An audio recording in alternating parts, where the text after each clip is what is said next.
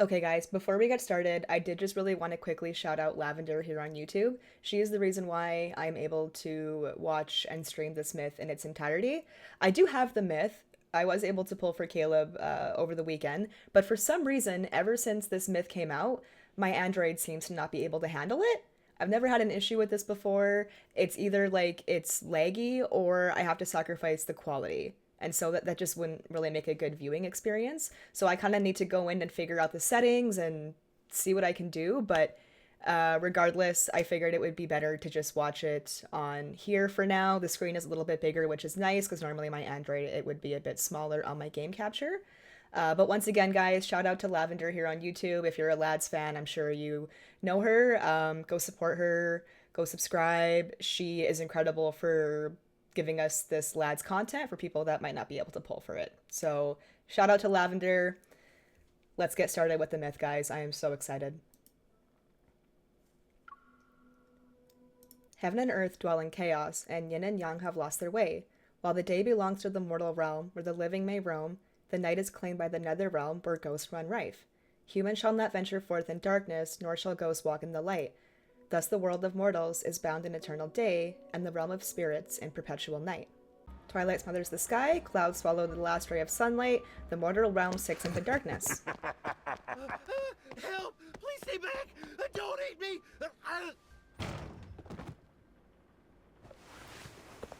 The doors burst open, and man collapses onto the floor, scrambling to his feet. Guys, it goes so quickly. Oh my goodness.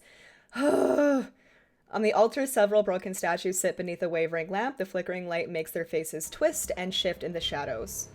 Is there an immortal who can help me? A ghost wants to devour me whole!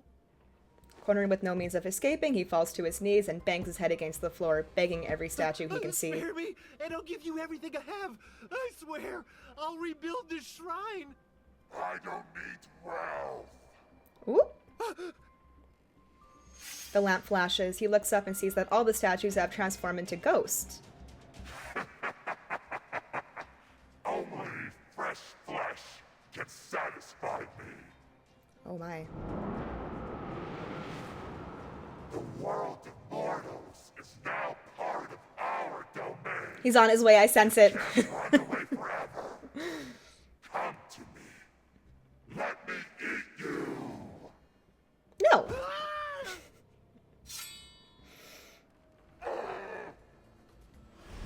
The shadows vanish and the candlesticks soar. They pierce the ghost's body and pin it against a pillar. The dim lamp flares and a cyan flame burns. Another lights up, then another. Ghostly light manifests as if something walks or descends steadily towards the shrine. A realm for mortals. A domain for ghosts. I don't remember a mere flesh eater being the one to decide everything. You're bold, I admit. Very few can stand before me while bearing an endless stream of sins. A golden lotus petal floats through the smoke and suddenly coils around the ghost's throat. It tightens. You'd like to die sooner rather than later? The scent of lotuses, albeit peculiar, permeates the air. The faint light reveals the face of the statue situated in the highest position. It's expressionless, yet it keeps an intimidating aura. An immortal is actually here! My Guys, we are 2.5 minutes in and we already got a brother. Caleb girlies, we won. We won. Yes. Yes. Okay. You guys know how I feel about the whole brother sister thing. I have no problem with it whatsoever. In fact, I love it. Let's continue. My brother is stronger than most of these immortals. Having watched long enough from the shadows, I float toward the man. In this world, who can scare those evil ghosts and make mortals panic? The Lord of the Netherrealm? Oh, thank you, my lord. I'm grateful that you two saved me. Your soul isn't pure. Pity. You'd rather deny your villainy. No! I'd never... Your soul won't be able to reincarnate. Maybe you could be useful elsewhere. I clap my hands. Not the... Love it. The ghost falls from the pillar and lies on the floor. It doesn't run. Rather, it stares at the man, the hunger clear in its eyes. Perhaps I'll let the ghost eat you. Then I'll devour it. I wouldn't mind. Oh my god, infold, please. Okay, obviously Lavender has it on auto, which I do appreciate, but it would be a bit easier if I was on my phone, because then I can control how fast it goes. I apologize, guys. It's very quick. Okay. So perhaps I'll let the ghost eat you, then I'll devour it. Wouldn't that mean that your death wasn't in vain? No, no! Once I've gotten my fill of the seeing his dread, a lotus petal brushes the tassels behind my hair. Stop teasing the poor fellow. He only has a few moments left to live. He knows his end is nigh. Ah! His voice is so sultry already, Caleb. My goodness. All right, let's deal with this ghost. The ghost attempts to flee, but I leap and summon the soul guide bell. Its tolls resound, the ghost freezes and clutches his head before letting out a dying whimper. Caleb! A cold light cuts the darkness and opens a large rift, pulling the ghost into its depths. I give the man on the ground a knowing smile and I jump into the rift. Nether Falls. Ooh.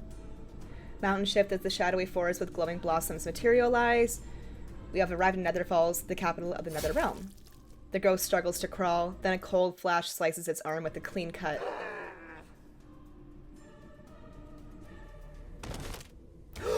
Cutscene already? Let's go! Okay. Welcome to the depths of the Nether Realm. A malevolent ghost like you shouldn't be here. He's so pretty. God help me. I'm not even over it still. Summon the soul guide bell. Be quiet, I'll send you off now.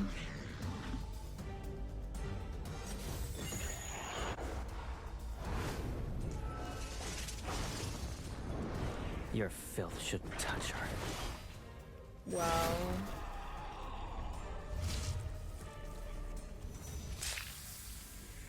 Gosh. Yin and yang and chaos. That foot stop is so hot. It shouldn't be, but it is. In life and death. It's sealed. The two realms will crumble, and all souls shall Oh, be lost. hey! He's holding her with one arm.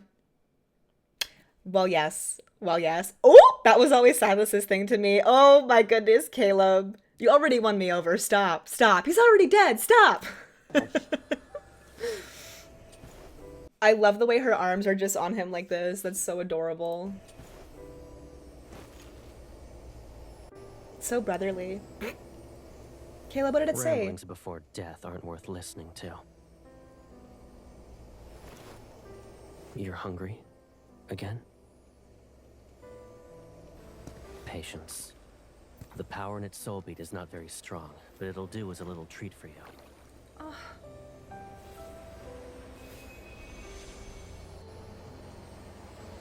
The fragrance is lovely, but I like your scent more. Girl, real. You're not satisfied, and you dare to ask me for more.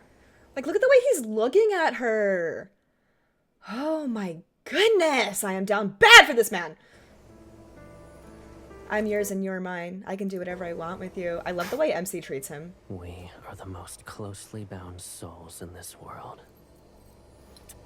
Oh, I love We a can hand indulge in our kiss. heart's desires without restraint.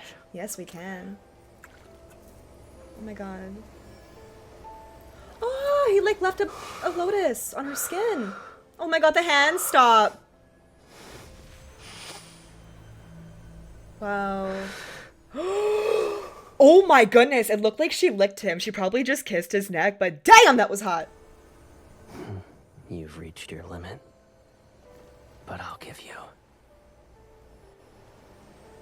Oh my goodness. more than this. He's so sensual. Who said I couldn't take it? Oh my god. Oh my goodness, he's red. Stop. In this realm, only you can set me free from my shackles. Oh my god, my stomach flipped. Oh, my stomach flipped. Okay. Goodness. Whew. Of course. If I was wearing a heart rate monitor, it'd be I'll up. offer my baby sister Yes. everything she's wished for. Oh my goodness. Damn! Get that flower out of the way!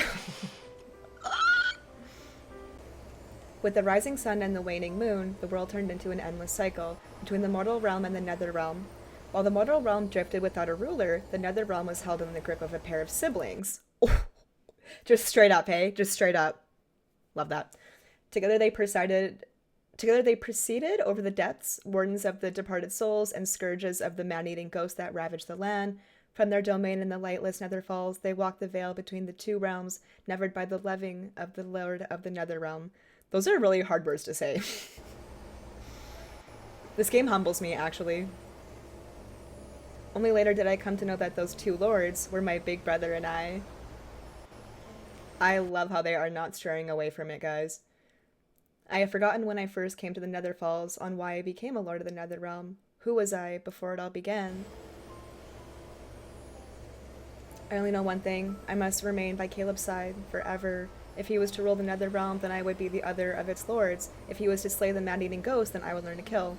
For countless years, I have been my brother's inseparable shadow, aching with a single wish for our time together to never end. Like, they're so close, it's just not weird to me, you know? It makes sense for their relationship, fully. All that noise. The sounds become clear and I open my eyes. A garment is draped over me, but its owner is nowhere to be seen. What's happening?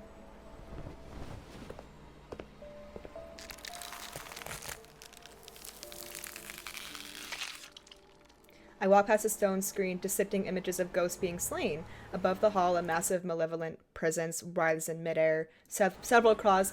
I can't read, guys! I'm sorry. Several claws reach out. Caleb sits on a throne made of bestial bones. His chin rests in his hand as he spins a floating lotus. I planned to leave you barely alive for some time. But it's clear you don't appreciate my efforts. Truly, it's a shame my mercy was wasted. He's so hot. Didn't Caleb and I capture it before? A month ago, Caleb took me to the northern mountains, which are 100 miles away from Nether Falls. We captured this malevolent ghost there. Its mind has fallen apart, and it can't take on a human form. It's more vicious than the rest, though. I wanted to taste its soul bead, but Caleb said it had another purpose. Lost in thought, I see the ghost's claws lunge toward Caleb. He curls his fingers on his right hand. 5 golden lotus petals fly like arrows and pierce the claws. Why are you in a rush to die so soon? Ooh, the red in the background. A petal floats towards me before increasing its size. Caleb.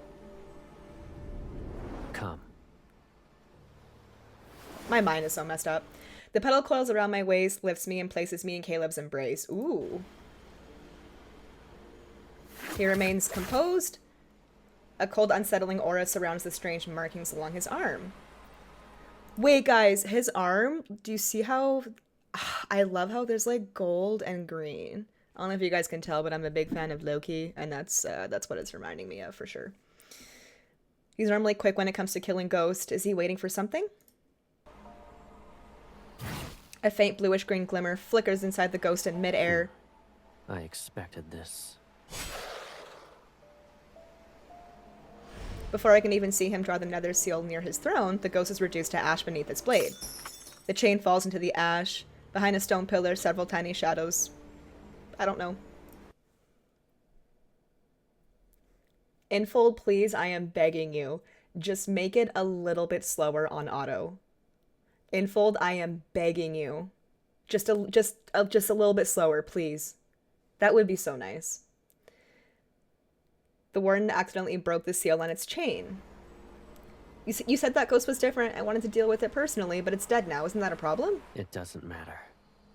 Once it proves to be useless, death becomes a kinder fate. I just love this blue tassel we have going on in his hair. What were you going to do with it? When I asked my question, I discreetly signaled the wardens to run. I'm heading out. Would you like to rest here, or walk in the world of mortals? So he has no intention of telling me his objective? I don't ask him about it. Everyone has secrets. We're not an exception, but it doesn't matter as long as he's by my side. Can I join you? You wish to follow me to Mount Dingshu? Are you certain? I only want you to come back soon.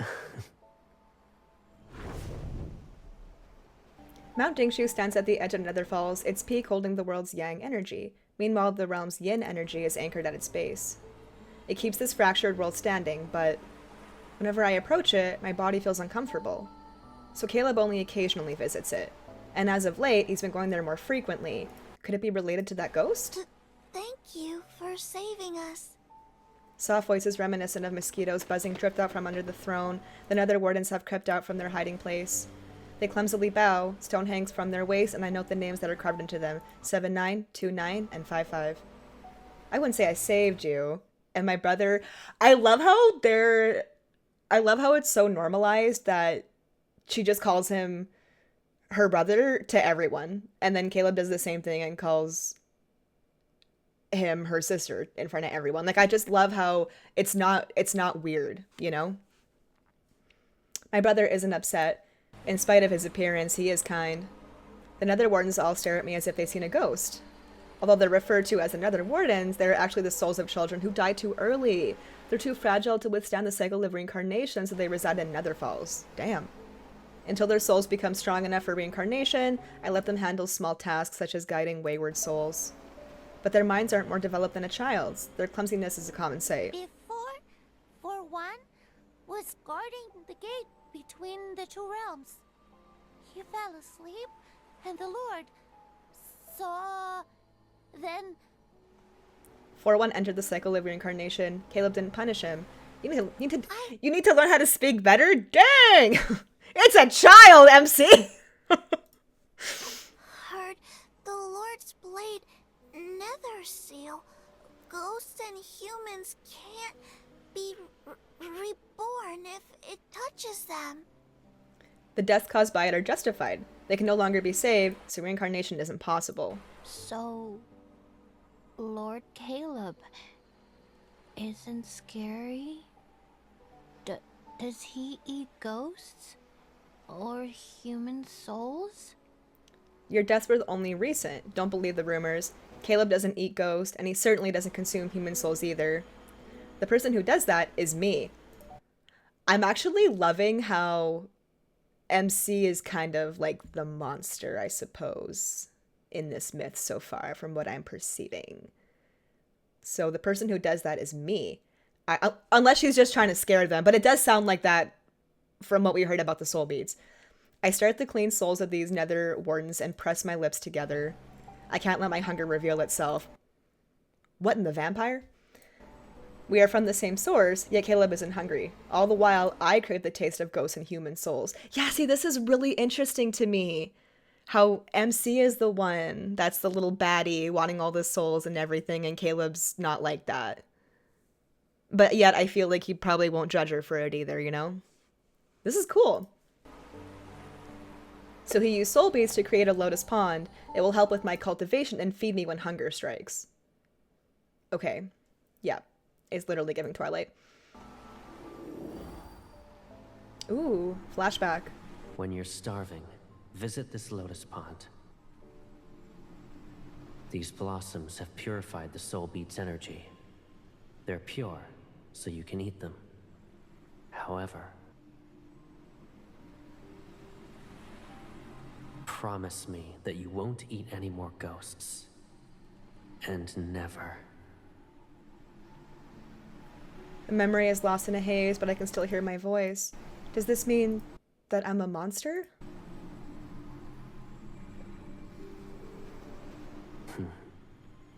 I am the Lord of the Nether Realm. And you're my sister. My equal. That means you're its ruler as well. What else could you possibly be? See, he's so sweet! I often wonder what happened to the memories I lost. But visiting the Lotus Pond became a habit, and cultivating with Caleb at my side became normal. In time, my doubts faded. Until... Why am I hungry again? I ate a lot last night. This is my secret that I'm keeping from Caleb. My hunger has recently been too insatiable. Uh-oh. Oh, girl. Whether it's old fears resurfacing or my pride, I can't bring myself to tell him. If Caleb comes back, tell him I'm in the mortal realm. At the very least, I should stay away from these edible nether wardens. Okay, we're in Woling Village. Past the gate between the two realms, the Netherfall's night dissolves into a cold haze that brings the world of mortals. Icy daylight presses down on bare black branches. Ooh. Bow before the Lord.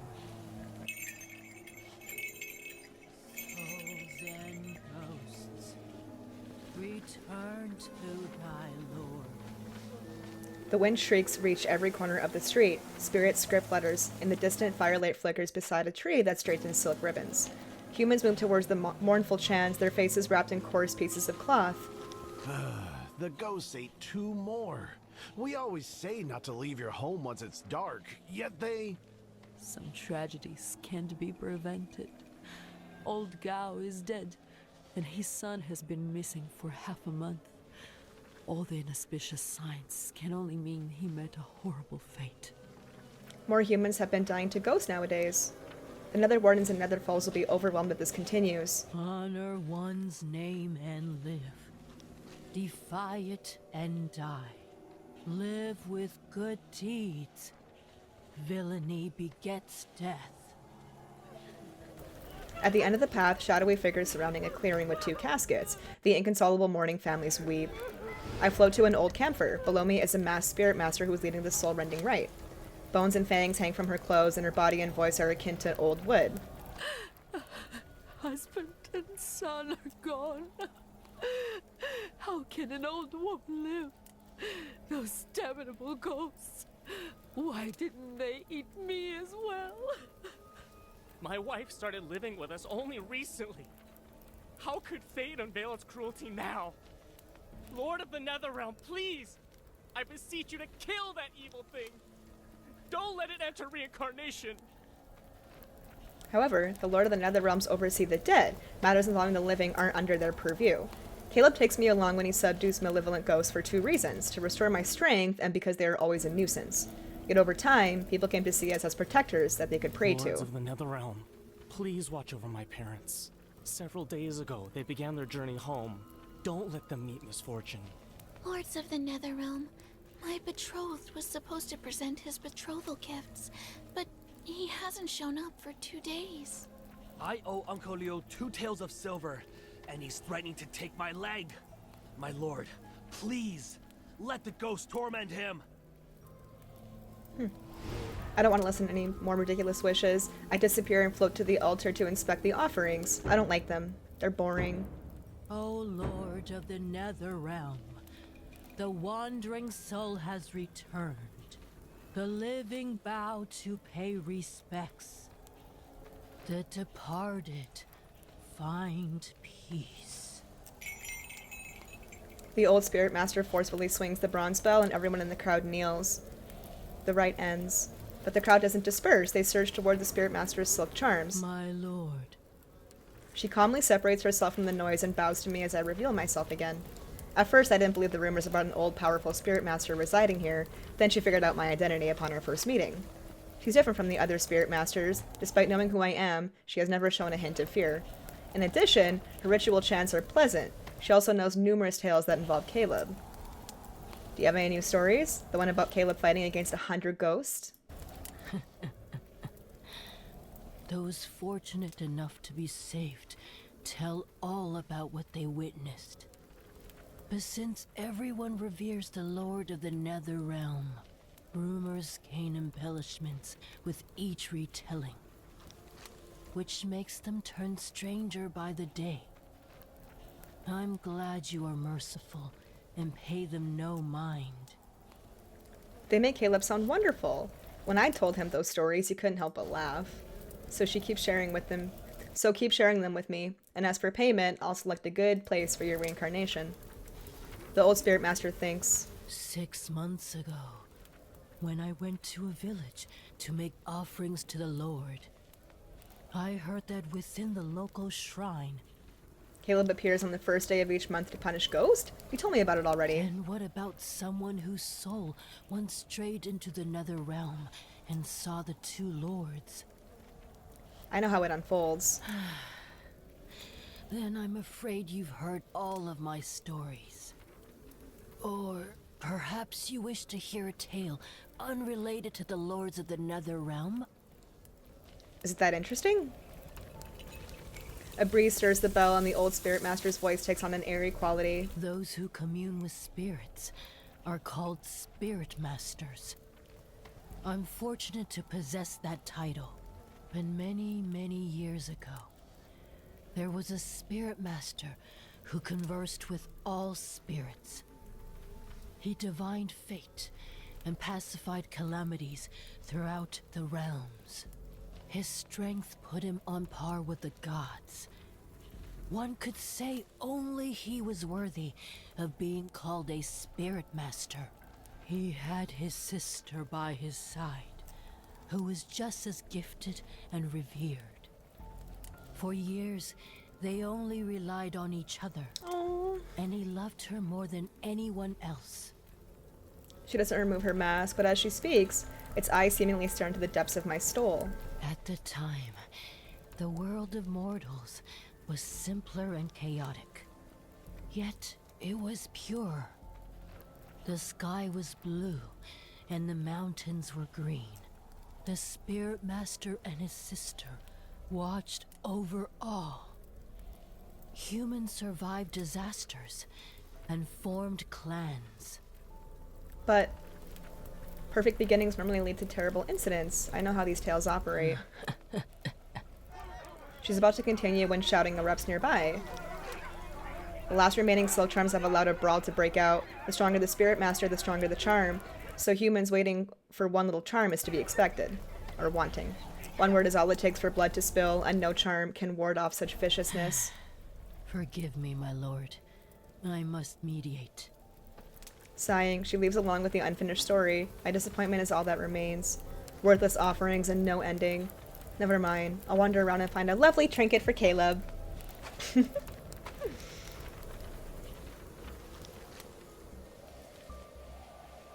Uh-oh. Something gonna go down? Blood now stains the altar here. I walk away and the metallic scent stubbornly clings to the wind. I follow a hint of it and spot a gambler with blood-stained lips. He stumbles up before someone drags him back indoors. Nearby are two brothers with their blades drawn. They're ready to kill each other over half an acre of land their father left. Damn. The blade raised high with murderous intent slips from its wielder's grasp at the very instant it's about to fall, spinning out of control straight towards me. How troublesome. A lotus petal appears before me. Ding! It catches the blade and a faint fragrance reaches my nose. The street is silent, and there's several crisp crackling sounds. The first source is the suspended blade as it falls apart. Its fragment touches the ground. The sound comes from two sets of bones being clearly snapped. The brothers collapse and scream. Chaos encroaches on the street. The Lord of the Netherrealm? It's the Lord of the Netherrealm! Terrified, humans scatter. Shops slam their doors as the lotus petal lazily floats upward. That lotus and the scent. Caleb! I chase it. Once I'm away from the commotion, the petal returns and binds my waist. My body is lifted before it's placed into a familiar embrace. I love how he can, like, do that. It's kind of like his evil in a way. I love how he can pick her up with the lotus flower.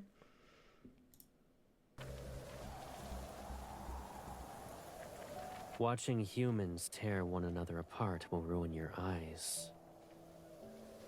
What should I look at then? You. His fingers shift and a hairpin that was carved to resemble a lotus appears. He puts it in my hair? He is so gentle in this myth so far. Like, he's so gentle. My baby sister who has beautiful eyes.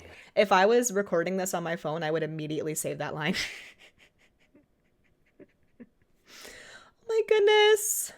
Should only look at beautiful things. So you. Ooh, this is pretty. Ooh, it's given the Chinese banner. That's what it reminds me of. Oh, it's so gorgeous. Ripples reflect shimmering light on the lake's surface. My head rests on Caleb's lap. Ooh! As he smooths my hair one strand at a time. Caleb, the mortal realm is growing more chaotic with each passing day. Once a ghost tastes human blood, its hunger is bound to spiral out of control. Fortunately, ghosts are unfathomably foolish.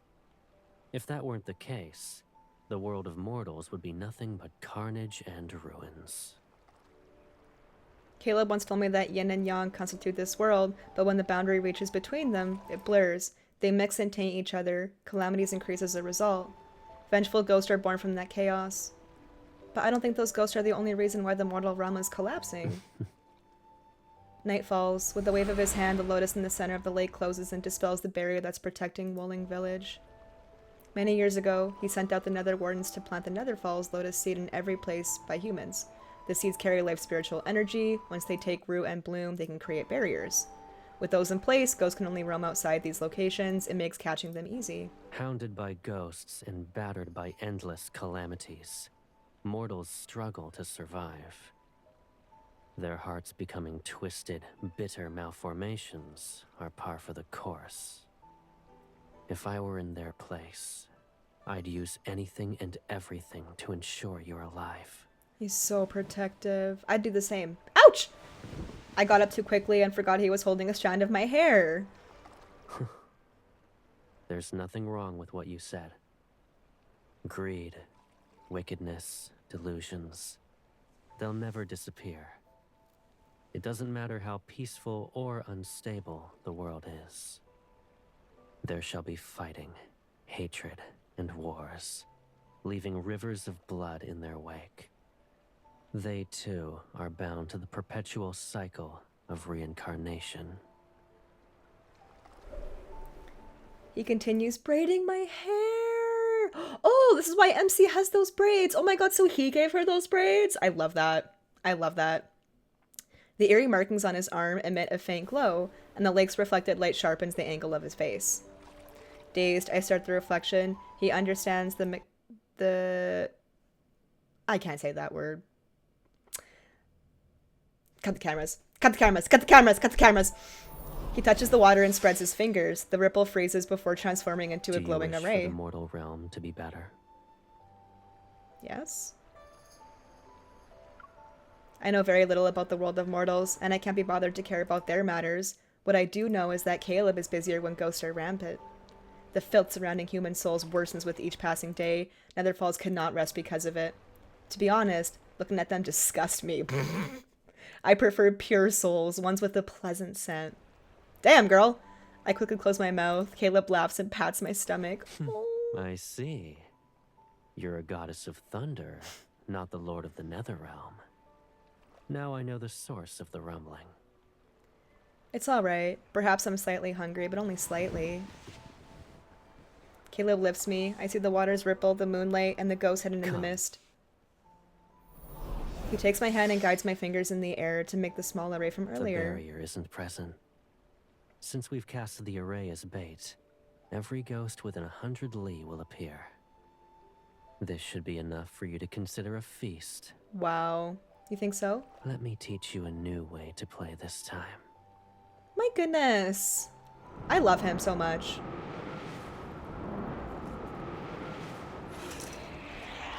The bamboo curtain immediately rolls up after he catches a petal. A shadowy figure shrieks at the pavilion.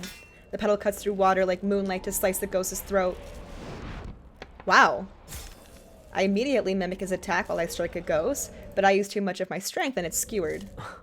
You've been taught lessons for several centuries, and yet panic is all it takes to make you return to your old methods. I have anxiety, Caleb, I'm sorry.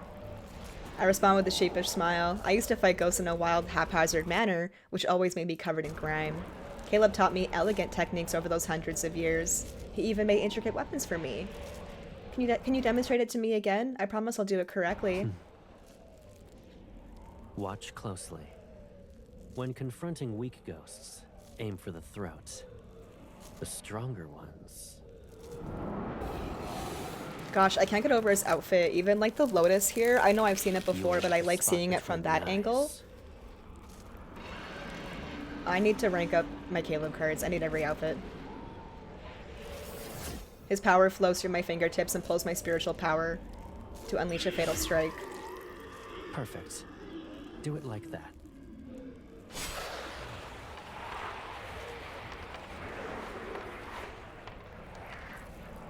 Excitement runs through me, not long before the pavilion's floor is covered with soul beads. Seeing me easily deal with them, Caleb relaxes and starts braiding my hair again.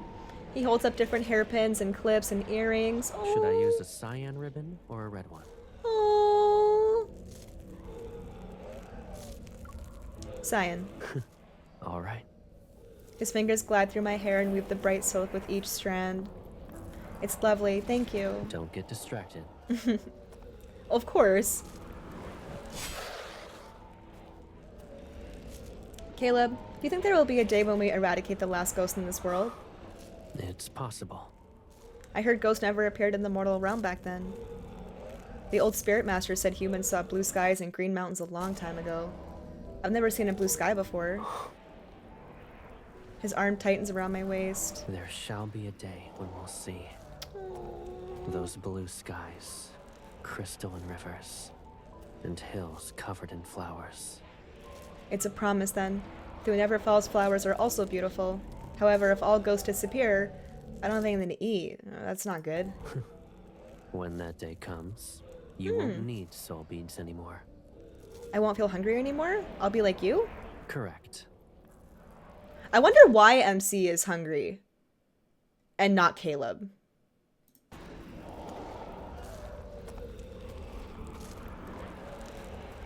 I'll free you from your suffering. After the ghost scream fades, I wrap my arms around his neck. I don't mind living like this. You use soul beads to create a lotus pond for me. We cultivate every day. We cultivate every day? Is that innuendo? Not me thinking about the frickin' Secret Times that was released with the lotus pond. Ooh, okay. If all of them disappeared, I'll miss them. Caleb's quiet for several moments, then he kisses the top of my head. That. Guys, the only complaint I have about Caleb is we have to work a little bit more on his kisses. It's still kind of giving like suction cup a little bit. That's my only complaint about my sweet, sweet brother. Just gotta work a little bit on the kisses. Just a little bit. Just a little bit. Won't happen. You'll have more to be happy about. The world we shall create is the one you want to see. And it doesn't matter how it changes. Aww. We'll always have each other. That night, Caleb and I purged every malevolent ghost within 100 miles. The soul beads we harvested caused the lotuses of the Nether Falls to bloom overnight. I basked in the abundance of their power. But within 2 days, that insatiable hunger clawed at me once more. With no ghosts left nearby to hunt, I nearly resorted to eating the lotuses I had just brought to bloom. I could do nothing but try to sleep, hoping to drift through the long, agonizing hours of starvation. But it hurts so much. If it's not so much hunger as it is an unbearable emptiness, a void that feels as if something is gnawing away at my body, carving a hollow chasm into my very soul. Dang. Anything, I would give anything if only it would satisfy me. My lord!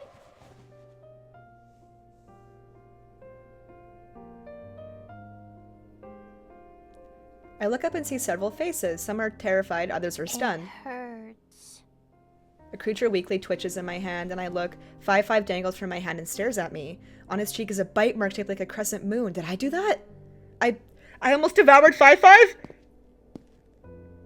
What happened? Uh-oh. Caleb? Caleb's eyes narrows, then he grabs 5-5 and throws him toward the other nether wardens. Oh! Take him and leave. Damn, 5-5 just... I wasn't gonna eat him. I didn't intend to. I don't know what's happening to me. My words tumble out, guilt and fear crash into me. Are you okay? The simple question intensifies my guilt. Clumsily wiping my face, I nod. Don't worry. You did nothing wrong. It's simply your hunger. Find you a man like this. Find you a man that will support you no matter what you do in life. Like, he's so sweet and gentle and just non-judgmental at all about this. Find you a man like this. I'm at fault.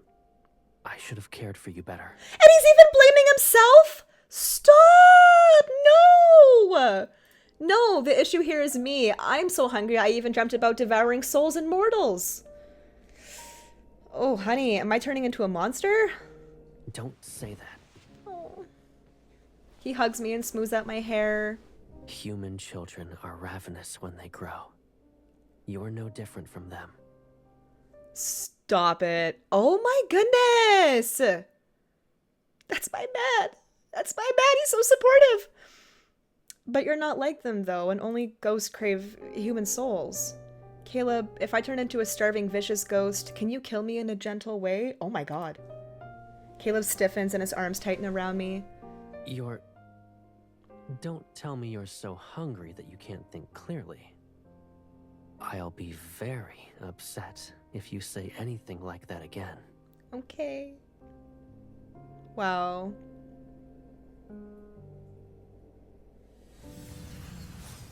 His hand glides down my I'll collect more back. soul beats for you, Oh. but it might take some time. Oh my goodness. Stay in Nether Falls. So long as you don't use your spiritual power, you'll recover. Be a good girl and Immediate voice line save if I was on my phone. Okay. Yes. Yes.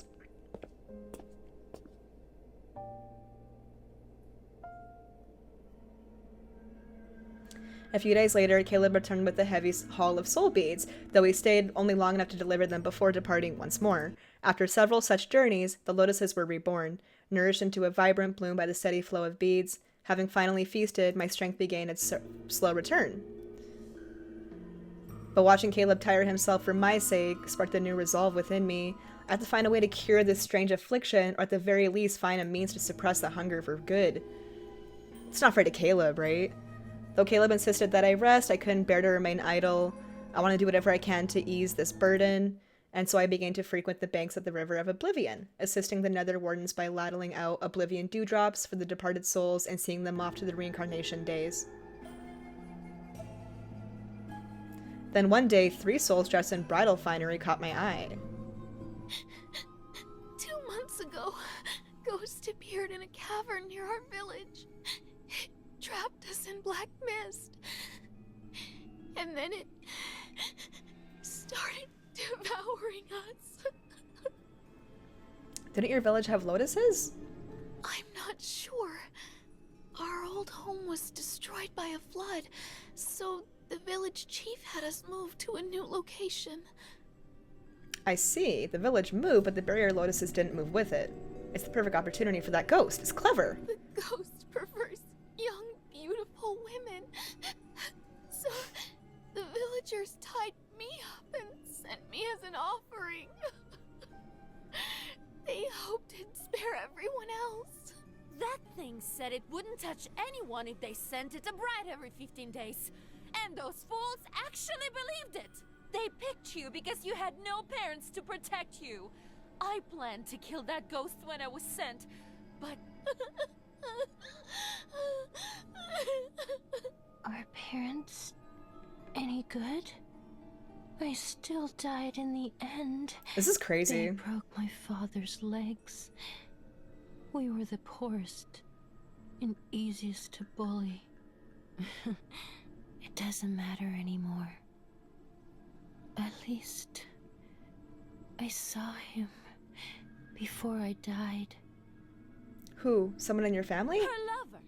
Before devouring us, the ghost took on the form of the person we loved the most. Betrothed. That's so cruel. That is so cruel to do that. That ain't right. That ain't right. That ain't right. Lovers, anyone will do. It's so we wouldn't fight back.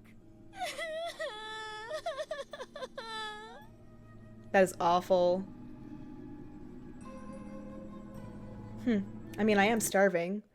Time to find my meal! When will the next one be sent to that ghost? MC just like, whatever. Okay. 3 days from now, they'll offer another maiden. I plan to wait for Caleb and deal with this matter together, but 2 days have passed and yet still has to return to the Nether Falls. I can't keep waiting. If that ghost escapes, I have nothing to eat. Deep in the mountains. Tonight's moonlight is cold and bright as a frozen sun. 4 gaunt bearers carry a shabby bridal sedan with a wilted red flower. Sobbing can be heard. Knock them unconscious? Damn. I lift the curtain. There's a bride. Her hands and feet are bound. Shh, stop crying unless you want the ghost to appear sooner. Take off the bridal dress. I'll be the bride tonight. And don't return to that family of yours. I give her a lotus petal. Keep it. It shall guide you elsewhere, as far as you can run. She bows to me again and again, then she hesitates. But if I run away, what will happen to you? Girl, I'll be fine. I'll be alright, see? I'm too busy figuring out how to wear this ridiculous pile of silk I wave to signal her to leave. In this world, there isn't a ghost who's foolish enough to let their claws touch me.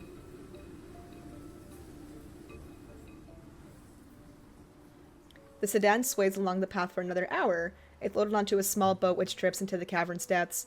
Plunged into darkness, the energy belonging to a ghost coils like a sleeping beast. Wrapped in suffocating layers of silk, the jolting starts to annoy me. Do mortal brides always suffer when they're about to be wed? I rip the veil off my face and toss it aside. If it wasn't for marrying someone you love, would a sane individual ever endure this? Thinking of those brides, dragged through their misery and terror only to be wed to a ghost. Death would be too kind of a fate. Deserves worse. The boat shakes and comes to a stop. The world beyond the sedan curtain is brightened. Firelight dances on the river as the footsteps approach. I just know it's him. Should I sob dramatically? Pretend I fainted? What will be more convincing? Suddenly a force. Oh my god, he's in red. This is what I mean about ranking up the cards. Yeah, I'm gonna have to. Dang, I'm gonna have to like R2 this minimum. Yep. Yep. Caleb, why are you... I recall the bride's words.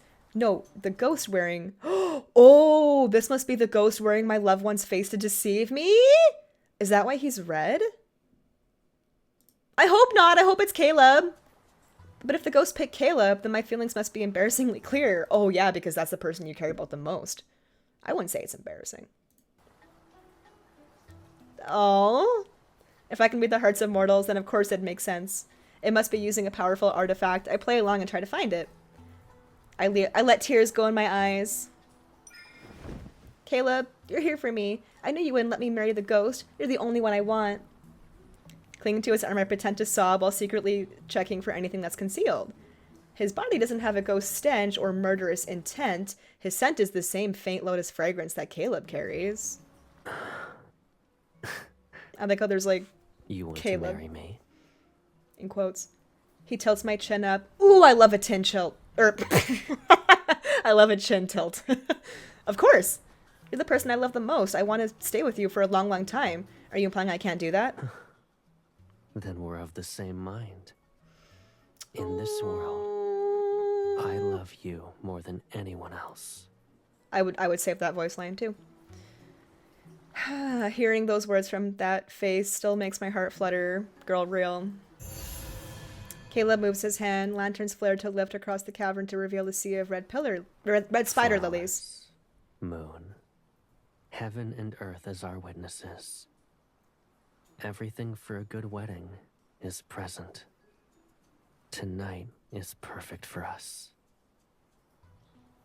I hope it's him.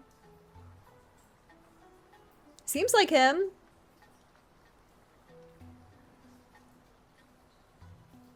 Hold on to me tightly.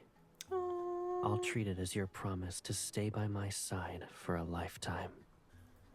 Without drawing attention, I drop a lotus seed from my sleeve while nodding and walk with him. Oh my goodness. Nah, we gotta go back a bit. Are you joking me? Are we serious right now? Are we dead ass?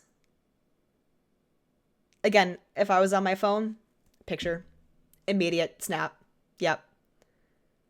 Good God in heavens, he looks amazing!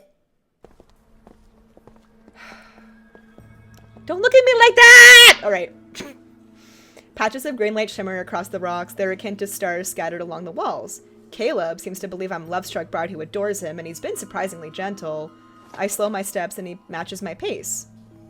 He steadies me and holds me closer. Careful now. Ooh, God, he looks good. I believe my foot landed on something. It's merely a rock. He's so gentle still. I nod, but the corner of my eye I see him turn the crushed bone beneath my foot into a spider lilies. The entire area must be a part of this illusion. Girl, I hope it's not an illusion. I hope he's not a freaking ghost. Ooh! Ooh, not a bed. When I look up again, a chamber located in the cavern, whatever. Colorful banners, golden bells, scarlet silk draped across the ground, candles carved into long, and Fang bathed the space in warm, bright light. I'm not well versed in mortal weddings, so I prepared what I could. If it's too simple, I'll hold a grander ceremony for you at another time. This is fine. Well, how can that be? Both of us are here. It's already perfect. A ghost staging his own wedding before eating a human? Is he a lonely widower? He places a ribbon in my hand. With the scent of flowers, a sharp chill spreads through the air. A dangerous allure softens his features. In heaven and earth, and there are no parents to oversee our vows. The ceremony. Why must we place great significance on formalities? I'm marrying you. That's what matters. It'd be best if we just finish this quickly. I refuse to let my first wedding be wasted on a ghost. He smiles before bowing to me with grace.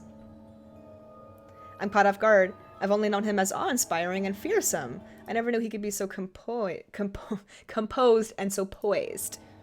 And the way his gaze softens, how he confidently carries himself in his movements, it's uncanny. Can a ghost truly imitate Caleb this well? Oh, please be him. Oh my. Oh. Oh! Kiss it. Oh! Or nuzzle. Nuzzle is fine too. I'll take a nuzzle. Ah! Starting from this moment, we belong to each other forever. My heart! This isn't good. I might actually believe everything he's doing is real if he keeps looking at me with that face! Pookie! I try to come up with a distraction. Shouldn't we drink the nuptial wine? That. We can enjoy it after. Ooh. Following tradition, it must be brewed in the year of your birth. It shall age until the wedding night. Damn. Not me being 32 years old. That's some pretty aged wine. 32-year-old lady. Guys, shout out to anyone that is above 30 years old that plays this game. Age is just a number. It's just a number. Tonight was rather hasty. I don't want to give you anything that's less than flawless. Wow. He thought about this whole wedding thing very carefully. I lean in with affection as I quietly use my spiritual power to probe with him. I didn't find any artifacts. Is he simply just a strong ghost? I can't talk today, guys. I'm sorry. That means his soul bead must be delicious! Damn, girl. This is better. Once he lowers his guard and attacks, I'll finish him in one strike. All of a sudden, he pushes me onto the bed. Ooh! Ooh! What? What is he doing? I mean, do I care? The music change? The music change? His breath grazes my ear and the tip of his nose brushes against my neck. Oh my god. Help me. We've forgone the vows and wine. But our wedding night shouldn't be done in a hurry. Oh my god. He wants to eat me and take advantage of the situation. Does he now? Oh! Caleb crushes the spiritual power as if he broke a twig. I try to summon a weapon, but I soon realize my power is being suppressed. My limbs are weak. Only results in you being unable to enjoy yourself. Holy boy. Long, and we have plenty of time. We can learn everything slowly.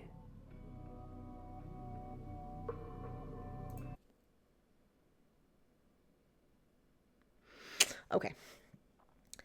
He figured out that I'm not the bride the villagers sacrificed. Stop pretending. You're only doing this so you can eat me, yes? And you're complaining? I struggle quietly against my... Wait, my restraints?! Ooh, that's hot. Ooh, that's hot.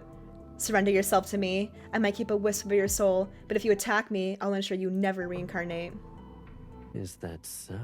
Oh my god, that's hot. Go on, then. Oh my! Again, immediate voice line save. Or are you waiting for the barrier to form so it can swallow this entire cavern? He holds up a lotus seed, crushes it between his fingers. What will you do next? You tell me, honey. The evil spirit is stronger than I expected. However, I am the lord of the Netherrealm. I refuse to die like a helpless fool. Even if it costs me my life, your villainy ends today! Fight to the death, girl! Enough. Don't make things worse for yourself. Oh god, that's hot. The power I gathered is snuffed out. Then I feel a familiar spiritual power wrap around my ankle. It spreads throughout my body. Oh my god.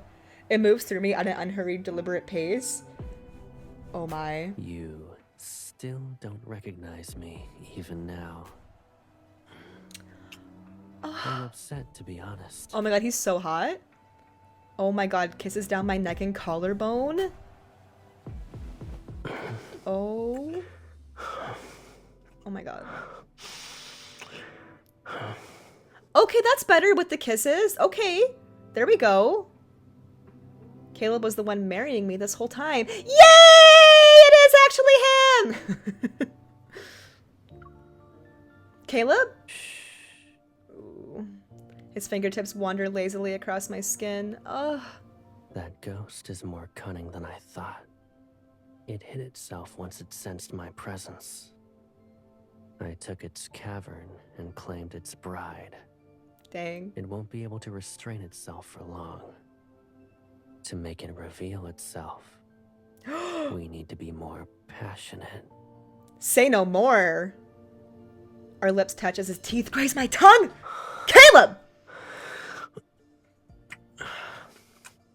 Oh my god.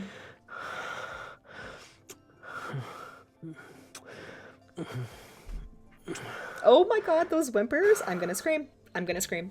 His spiritual power is akin to cold spring water at first, then it transforms into a smoldering flame.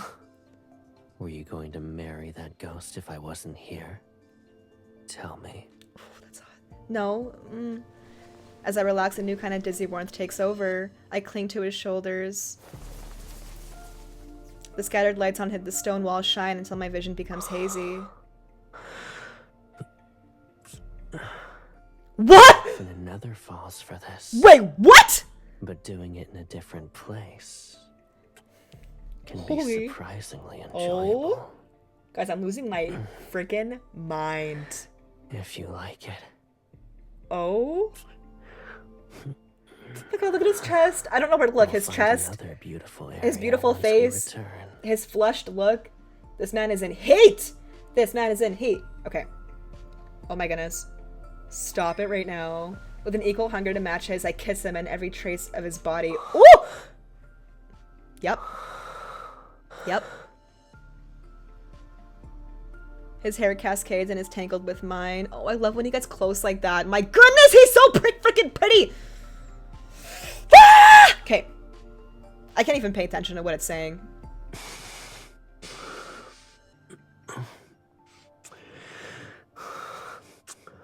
Star that voice line.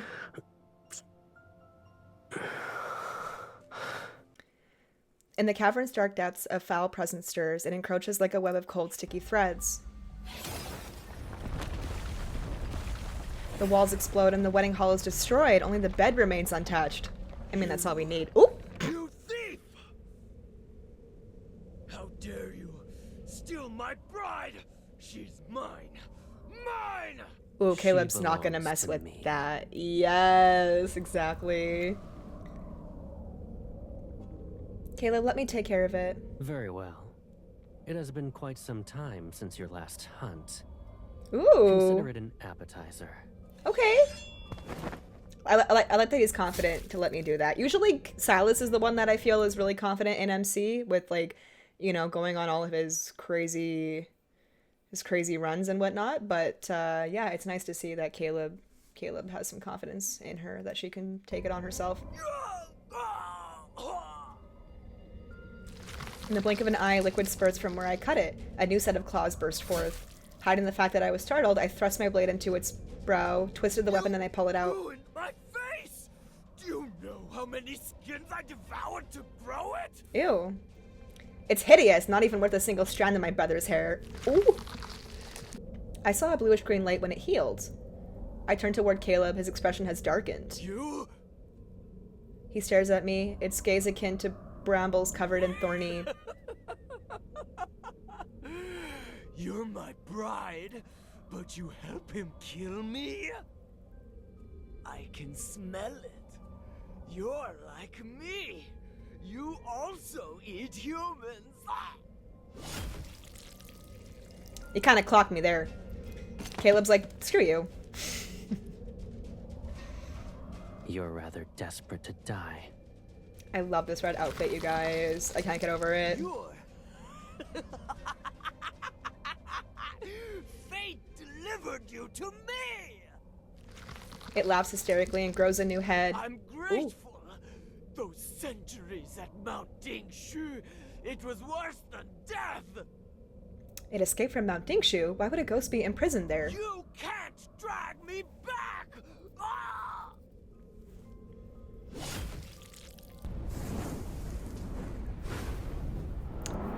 The wind envelops the cavern in an illusory Since only nonsense can silencing you is the best choice. I can't, you guys. I'm trying. It's regenerating again. What do we do? We'll ensure it can never heal. He swings his blade, blurring into a dark streak that tears through the ghost. Within the sea of blue fire, not even ash remains, only a single soul bead clatters to the ground. The spider lilies around us wilt to reveal the truth. Dried pools of blood, scattered bones gleam under the light. Caleb? Questions gather in my mind. Why did the creature imply I was also a ghost? What happened at Mount Dingshu? The remains of previous brides were abandoned here. They should have a proper funeral. Caleb doesn't make any remarks, just strokes my head. All right. Oh.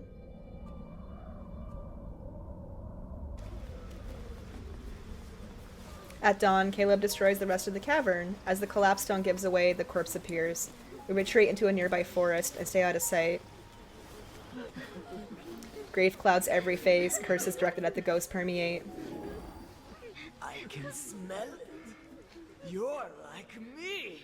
You also eat humans. Ah! Ghosts always have awful words before they die. I shouldn't take it to heart, but yet, my doubts do rise again. Who am I? Or what am Are I? you still thinking about how it said you're some kind of monster? No. The lie is too clumsy to fool him. What scares you the most? Losing you? Oh! Being separated from In that you! case, I am MC. Is there a reason to worry about who you are? Oh, because I Even won't if lose you're a him. little monster. Not little monster. Lady Gaga. Okay. Oh, that's really cute, though. Even if you are a little monster, I'd still take care of you. Stop! I'd still take care of you. It'll be exactly like what I'm doing now. Oh. I'll find soul beads and dress you up in clothes and accessories that suit you. I'll bring you anything you like. Oh my goodness. So long as I'm here, there's no reason for you to be afraid. Of course. My doubts loosen their grip on my heart, but then another thought appears. The ghost mentioned that Mount Dingshu said it escaped from him. Something happened there? It stabilizes yin and yang. Why would a ghost be there in the first place? Mount Dingshu has held heaven and earth for centuries. Too much time has passed, and calamities continue to appear. The array carved into its foundation was bound to falter. I can't get over the details of his look, you guys. Even like the arms over here, how everything is just so entwined beautifully. The details are just absolutely exquisite on this. As for that ghost, I suppose it slipped past the weakened array and found itself trapped. But its words, it seemed to imply that Caleb was the reason why it wouldn't leave Mount Dingshu.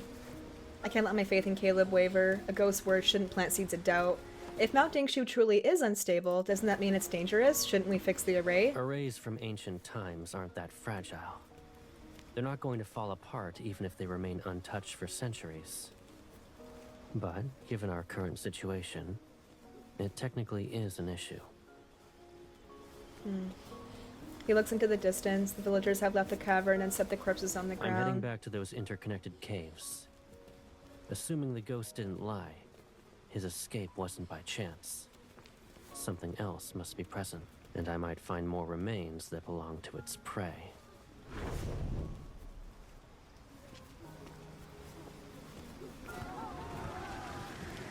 After Caleb leaves, a gust sweeps through the area. The ghost has returned. The humans run away and abandon several caskets. I pluck a few leaves and turn them into thin sheets to cover the bride's remains. Aww. A dragonfly. Its wings stir the most like ripples on the water's surface. Is an old spirit master here? Ooh. We meet again, my lord. What are you doing here? This place is far from Woling Village. How did an elderly woman arrive here? I'm visiting an old friend. And this morning, a family asked me to send off their daughter's soul. But when I arrived, they told me she wasn't amongst the dead. Well, she must be referring to the bride I rescued. The masked spirit master shuffles, her legs unsteady. She bends down, traces the bones in the casket. Heaven and earth are in disarray. Yin and yang are unbalanced. Turmoil eats the mortal realm that grows weaker with each passing day. I've traveled south and past many empty villages. If this continues, more humans will die. Forgive me for being blunt, my lord.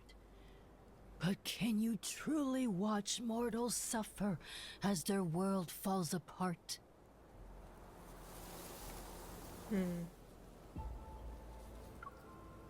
Caleb and I oversee the deed. The dead and only the dead. If the mortal realm is worthy of your concern, find the individual who rules it. He who rules over the world of mortals. Who knows when he might appear? And how is that related to me? Although I may have instances of unruliness, this world might still have a glimmer of hope, should there be a hint of compassion in you. When someone is willing to bear the burden of saving all beings and balance yin and yang again, perhaps the mortal realm can be reborn. I don't know whether to nod or shake my head. Something's not right. Why are you telling me this? Please forgive me, my lord. An old woman can't help but want to ramble. It's alright. You never finished that tale involving a certain spirit master. I don't want to hear her sigh again about saving the world, so I direct our conversation elsewhere. He and his sister protected humans from countless disasters. What happened to them? He died. Of course he wouldn't be alive now if he lived thousands of years ago. He died in his fight to save the world of mortals. The mist around us thickens. The dragonfly rests on the edge of the casket. Peace didn't last long. The world splintered in a single night as the mortal realm collapsed. Calamities followed suit. Wildfires turned mountains into barren fields. Rivers and lakes dried up. Starving humans wandered without a place to call home. And that's when the ghosts appeared. The mist starts to twist. It claws at my vision. Maybe I'm imagining To it. this day, some believe the first ghosts were humans driven mad by hunger. They butchered and devoured their own kind and fell into corruption as a result. Is that another tale? You've been trying to imply something. What do you actually want to say? You can treat it as a simple tale, my lord. She doesn't wait for me to respond. The Spirit Master arrived in a place called the Hesperion Reach. He struck the drum of heavenly decrees. It said the ancient relic can contact the heavens. Only someone with immense spiritual power could command it. Thus, the Spirit Master received the heaven's guidance and saved the mortal realm. The drum of heavenly decrees. I repeat those names in my mind. To honor him, humans built a mausoleum and statues in Hesperion Reach. They worshipped and prayed to him every day and every night.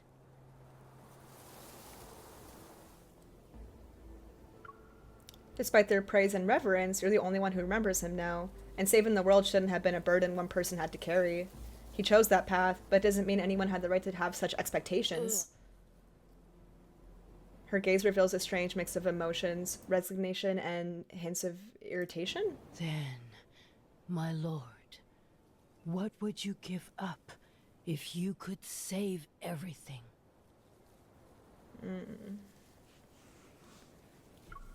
My brother is my everything. I would never give him up. That tells me all I need to know. Well, excuse you. I love him, okay? I aim for her chest.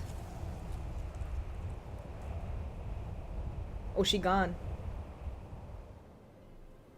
An illusion? Who are you speaking to? Hello. I think I saw that old spirit master. I explain what happened without leaving out the details of our conversation. I explain what happened. Caleb's brow is slightly furrowed. You don't need to be concerned about her. Even with a few peculiar tricks, she can't compare to the ghosts we've dealt with. Once we return to Nether Falls, I'll investigate who or what she actually is. Here, look at what I found. There's so many soul beads! The amount of Caleb hands make my head The ghost spin. didn't spare its own kin either. It saved us the trouble. Let's find a quiet place first. We'll purify these and the one it left, so you can have a proper meal. Always taking care of me. The next day we follow the river to leave the mountains, but Caleb doesn't seem to be in a hurry to take me back. Where are we going? Is there a place you'd like to see? I've always followed Caleb. Being with him is enough to make me happy. However, if I must name a location, it's strange how the tale that the old spirit master told me comes to mind. Caleb, have you ever heard of the Hesperion Reach? Why are you suddenly interested in it? That old spirit master mentioned it. I'm not sure why it sounds familiar. I feel as though I've heard it before. Fireflies dripped along the riverbank. The Hesperion Reach is the source of the River of Oblivion, which runs through Nether Falls. It's to the far west, and it's the place where the sun sets. Similar to Mount Dingshu, yin and yang converge there.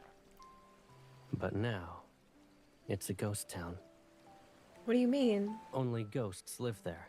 Well, my eyes widen and he taps my They're head. ancient, so they lack soul beads. You can't eat them. It's also why they're unable to leave. They're forever bound to the Hesperion Reach. I nod. Then my retort escapes as a mutter. I was gonna eat them. I want to see the Hesperion Reach. There must be a reason why the Spirit Master told me that story, which she wants to reveal. It involves the Hesperion Reach. If you wish to visit it, then that's our destination. I plan to go there in any case. But you must promise me. Please say be a good girl Once again. we arrive, don't be upset. What you mean by that? This is the Hesperion Reach? A ghost town? I can't believe my eyes. I look around. It was described as a city filled with spirits, but it's more beautiful than most human villages. It's warm. The ghosts stroll under the sun as they move between homes and shops. There aren't many of them, yet I can sense an uncanny What liveliness. a handsome spirit. Where did it come from? Hey, hey, hey! I'm going to see where he settles Huh. down. Hey! Ask him to share a drink Back. with me tonight and Off of my man! At your age? What? Do you think you still have a chance? Oh, please. You are at least 8 centuries older than I am. Back off my man! Back off my man! I grip my teeth, wishing I could wrap Caleb in a blanket to hide him. I mean, have you seen him, though? I don't really blame them, but he's mine. The ghosts look stranger than the ones outside. Caleb, who's walking amongst them, stands out like a shining beacon. They don't dare to move closer because of his presence, but their hungry gazes keep circling him.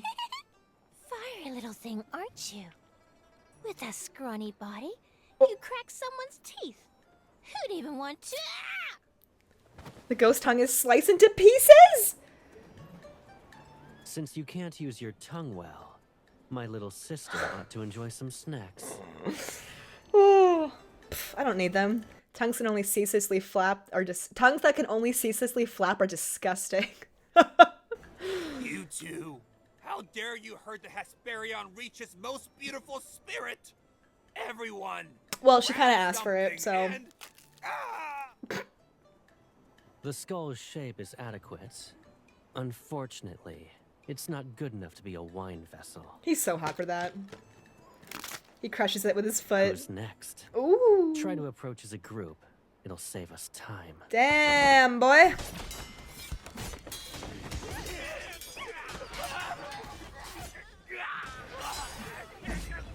Not them attempting. Get out of here. It doesn't take long for the whispers to change from praising his handsomeness to saying he's terrifying and handsome. I mean, you could be both, right? Before we arrive, Caleb disguised her spiritual power to resemble that of a ghost. These hideous ghosts are more battered. They leave a clear path. It's almost like they're imitating humans. They've been isolated for so long that they started exhibiting behaviors from ancient times. They're attempting to return the Hesperion Reach to its former glory. And since they can't leave to hunt humans, they live off the beasts that wander in. As a result, the air here isn't as foul or corrupted as other locations in the mortal realm. That explains why they're not as hideous as the ghost I've seen prior. I wonder if the area they're mimicking is the same one from the old Spirit Master's story. Caleb's sharp gaze has softened. You're here for a reason. Is it related to Mounting Shoe? I can't hide anything from you. I I'm left clever. something here a long time ago. What is it? I'll help you find it. It's not urgent. Okay. I wouldn't say it's important, but it'll let Mounting Shoe's array last longer. A couple of 1,000 years. If I find a lead, I'll ask for your assistance first. I need to save my strength because none of his...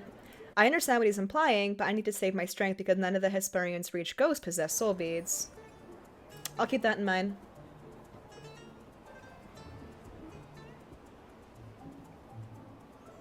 And so we settled down in the Hesperion Reach for the first time being. Thanks to Caleb's reputation, every ghost we meet treats me with the utmost respect. How long have I lived here? I don't remember. There was once a mountain nearby, but it's been reduced to rubble. If we talked about the years before that, the Hesperion Reach still looked like this. And I was still a chef. I like how it says ghost chef. Some tried to leave, but they couldn't reach half before being turned to ash. Who would dare to do that now? I thought I would get to taste human flesh. Once I mention the Spirit Master, every ghost face pales. At last, one of them confesses. The Spirit Master's mausoleum is up north. Go on your own. Don't make me escort you. The air is so still that even the wind is quiet. Time has seemingly stopped, and only the faint sound of my footsteps crushing the tall grass breaks the tranquility. I feel as though I've seen them before. I lift a hand without thinking, tracing the outline of the ruined palace as if I might piece together what it once looked like. A light blue dragonfly lands on my finger. Is it the same one from before? It hovers in midair as if waiting for me to follow. Aww. It lands on a tall, broken stone statue.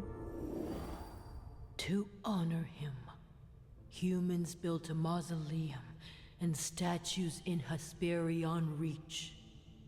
They worshipped and prayed to him every day and every night. I look toward the sunlight, but half the statue's face has been destroyed. Time has worn away the other half to the point where it's almost unrecognizable. Emotions stir in my heart. They're strange and muddled. It's as if the ancient silence around me is swallowing them. My gaze drifts to its hand, where a stone ring rests on one of its fingers. Oh, it resembles a lotus.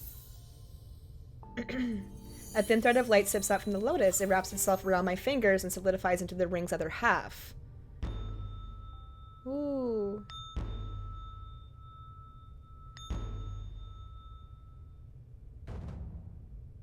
O sun and moon, be the mirrors that witness. Mountains and streams mark the river of time. A divine blade reflects blazing sunlight as it shines on the poised, striking figure. Smoke curls around an altar as banners flutter in the wind. Each step he takes is slow and deliberate. Colorful ribbons stream from the ornate beast head mask, rippling with the movements like clouds. 1,000 years without calamities. 100 generations of absolute prosperity. Humans gather below the platform and bow to express devotion. Caleb? No, this is the Hesperian Reach in the past, and he's the spirit master in that tale. When those thoughts appear, the scene before me shifts as though the dream unwound. Oh my goodness! Look at him! Oh, I wish we could see that clear. Please, clear it out. The distant divine figure that's an epitome of purity seems to be within reach. Why are you staring at me like that? Oh, he looks gorgeous. You forgot who I am? I want to see it clear. You kept pestering me about wanting a mask as impressive as mine. Am I mistaken? Aww. But it's too heavy for you. You'd only be capable of wearing it for a second. Under his knife, the beast bone becomes a refined piece. I caught another beast and brought back its skull. It's the same as the one used to make my mask. I figured I could make an accessory that would suit you. Come closer. Do you like it? Oh, why does he sound familiar? I try to walk towards him, but it's as if a heavy weight are shackled to my feet. Once it's finished, I'll tie colorful ribbons Oh, onto it. stop! Just like the ribbons Why earlier. Uh-oh. A pair of arms catches me, and the intoxicating fragrance of lotuses drifts closer. Oh. Oh. Are you alright? Oh my god, don't look at me like that. Stop. I touch his face. I wasn't dreaming? What happened? That statue. The lotus ring isn't on my finger, and the destroyed statue is the same as before. Maybe it was a dream. Yet it felt so lifelike. What matters is that you're alright. Many humans died here a long time ago. Years have come and gone, yet their souls still linger. Although they can't touch us, losing ourselves in their memories will be troublesome. If you ever find yourself wandering by yourself, don't visit this mausoleum. Alright. Did you ever come to find whatever you lost here? Correct. But it seems I've only been met with misfortune. Why would it be in the Spirit Master's mausoleum? I heard this is the resting place of a Spirit Master. In the mortal realm, the more precious something is, the more likely it's buried with the person they deemed the most important. Oh. In an area as desolate as the Hesperian Reach, this mausoleum is the only place that might still hide anything of value. You're correct. It's possible I only saw a lingering fragment of that Spirit Master's soul. I wrap my arms around Caleb. Why are you being affectionate all of a sudden?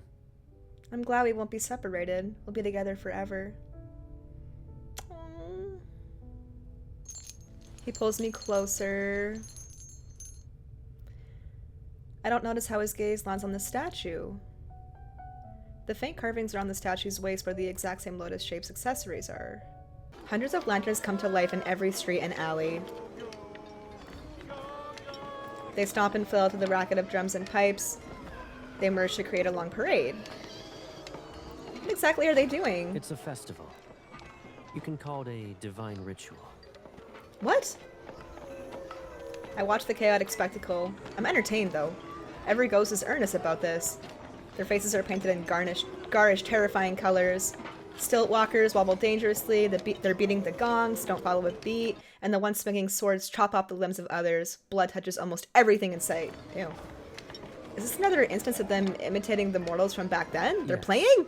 but they do have wishes. With one arm around my waist, Caleb reclines and lifts a wine vessel. For the past few days, he hasn't found the item he lost. He somehow obtains a jar with excellent wine. Listen closely to their screams. I strain to make out the words.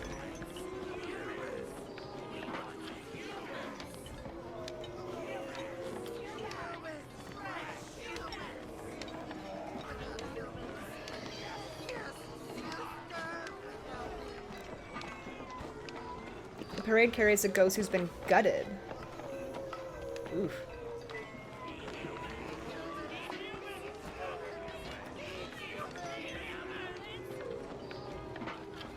I almost forgot these ghosts aren't very different from the ones outside. It's hard to say how long they've lived like this. It's pitiful that not a single immortal bothers to listen to their prayers. Mortals don't even answer to humans. Why would they listen to ghosts? However, they do seem to be enjoying themselves. Do you like what you see? Not exactly gorgeous, but is there another place where you could witness ghosts have a divine ritual?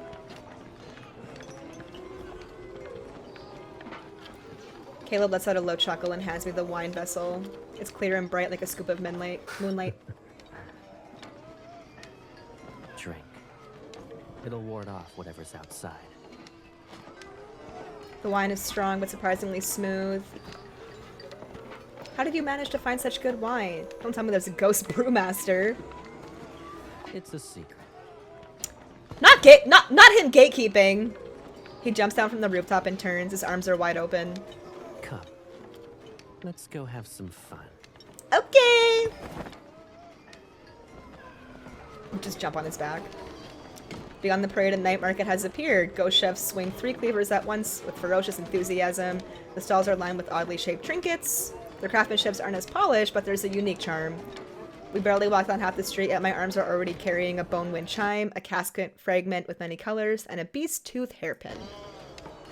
Oh, it kind of reminds me of Silas's dragon myth, where they were like roaming the shops and everything, and she was buying all these little trinkets and stuff, and yeah, cute.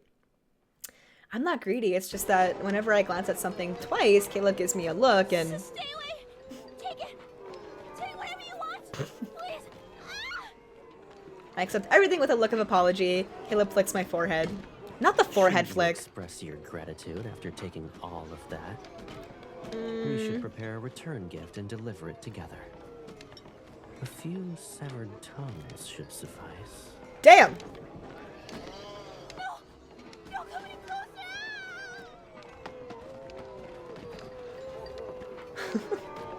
Is there anything else you like? His gaze shifts towards 2 more trembling ghosts. We have more than enough. The Nether Wardens, our Nether Falls, will be happy for weeks. My Caleb is the best in this world. Only flawless things are worthy of his attention. Is that what you think? What exactly qualifies as flawless? Quite literally you. Quite literally you. Me. That is a better answer. Oh my god. I love MC with Caleb so much. I love their dynamic. I love that she's so confident. Like, yes. Well, yes. Well, yes. Aren't I the best sister you could ever ask for in the world? Stop. He loves it. He loves me so much. In this world, you're the best. And you taste incredible. Excuse me? Sir. Sir. Sir. Someone loudly gasped nearby. Yeah, me. Like, what? Doing that when there are others around. How shameless. Is there even a sense of decency?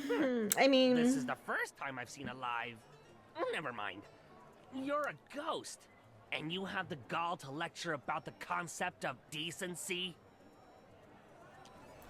I can't help but laugh.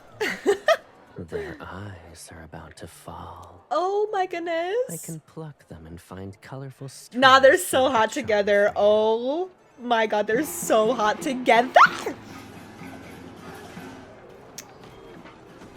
My goodness. Upon closer inspection, I realize it's built from countless bones lacquered in a glossy blood red. The extravagance is cold, eerie, and menacing. What will they use that for? Caleb drags a ghost towards him. Ah, which bastard grabbed me? Don't get in my way. That treasure will be mine. There's a treasure. It becomes obedient when it recognizes Caleb. At the very top, there's supposedly a treasure. Whoever grabs it will be the Hesperion Reach's leader, and will get the largest share of meat. Several layers of black and red dirt silk cover the top of the platform. Ghosts are already tearing one another apart as they climb it. Their snarls and scream rise.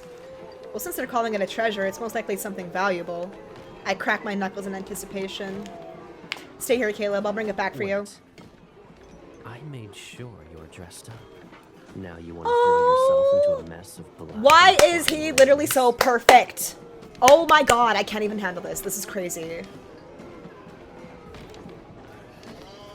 I'll bring it to you. Good god, man. His titties. I'm gonna scream. You're not wrong.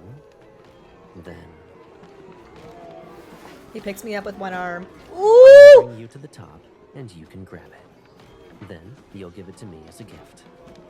Wait, we can do that? He smiles and jumps. Ooh!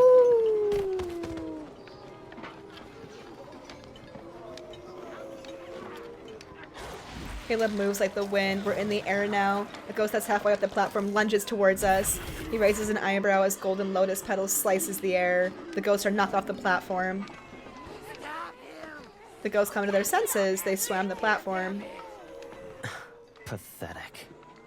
Instead of rushing, he slightly lifts me up and walks through the air. He circles the platform at his own pace. But whenever a ghost climbs too high, he steps on its head and kicks it to the side. Ooh! Caleb, another one. I'll abide by your orders.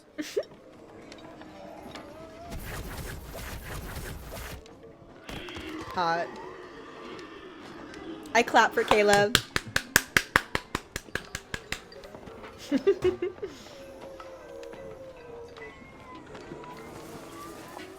Nothing makes a sound, and every gaze is directed at us. The last layer of red silk is removed. A mask made from the beast bones rests at the corner of the platform.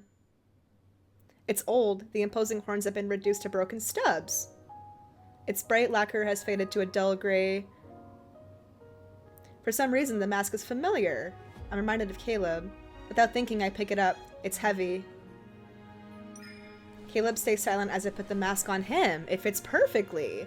Caleb, this mask is yours. Before its memories surface only to slip away as I try to hold onto water in a river. It doesn't matter how tightly I grasp it.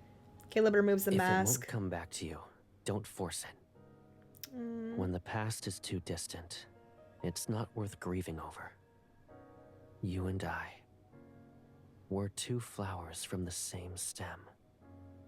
Life and death will never separate us. That's what you shouldn't forget. I sure hope not. Everything else?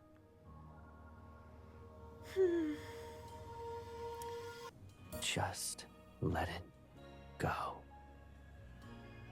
My god. When did I return to Nether Falls? I touch my head as I sit up. I don't remember when I fell asleep or how I even got here. I remembered something, though. The more I try to reach for it, the emptier my mind feels. You're awake? The bed dips beside me as he sits. Were you that tired for the past few days? You slept for more Wow. than 20 hours. I did everything I could to wake you up, but you didn't budge. I slept for that long? Everything feels foggy. I only vaguely recall staying in the Hesperian Reach. But I can't remember anything before I fell asleep. Caleb, how do we return? You forgot. The Hesperion Reach is the source of the River of Oblivion. We followed it downstream. You even brought all these baubles with you. You wanted to give them to the Nether Wardens.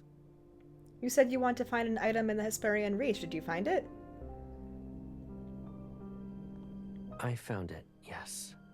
He gives a small smile and lowers his gaze. It wasn't important. Don't worry about it.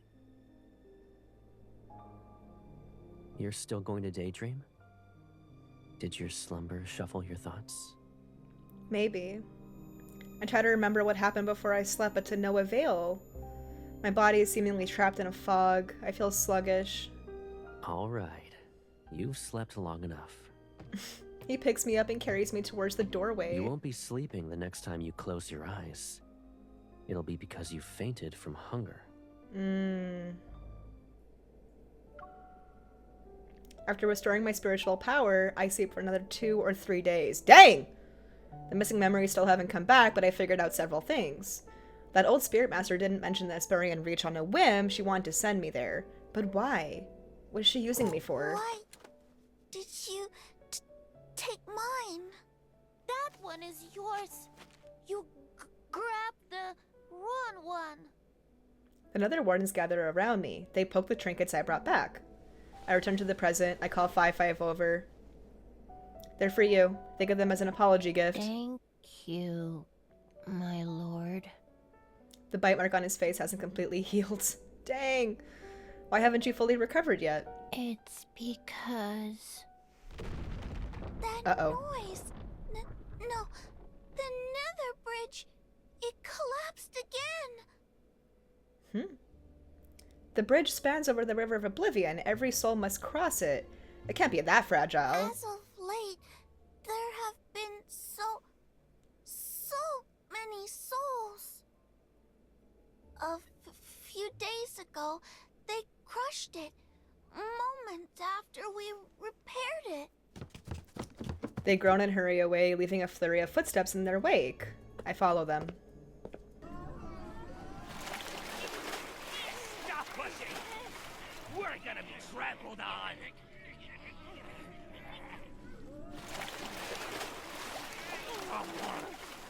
Help! Let me out! Souls are overflowing both ends of the bridge. Some of the Nether Wardens scramble to repair the bridge while others struggle with makeshift fishing nets. They're trying to bring the drowning souls ashore. Since when were there so many souls? After you left Nether Falls, it wasn't this bad before. That's why 5-5 is recovering slowly. Everyone is too busy. The Nether Wardens try to restore order, but their soft voices can't overcome. I slice a tree and its trunk crashes into the river. Damn.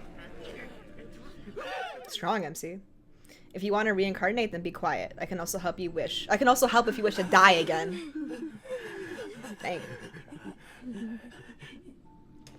Everything is quiet for a moment. Then the souls listen to the Nether Wardens and form a line. Wait. I hop onto the trunk to stand above the struggling souls. I have questions. You better answer me.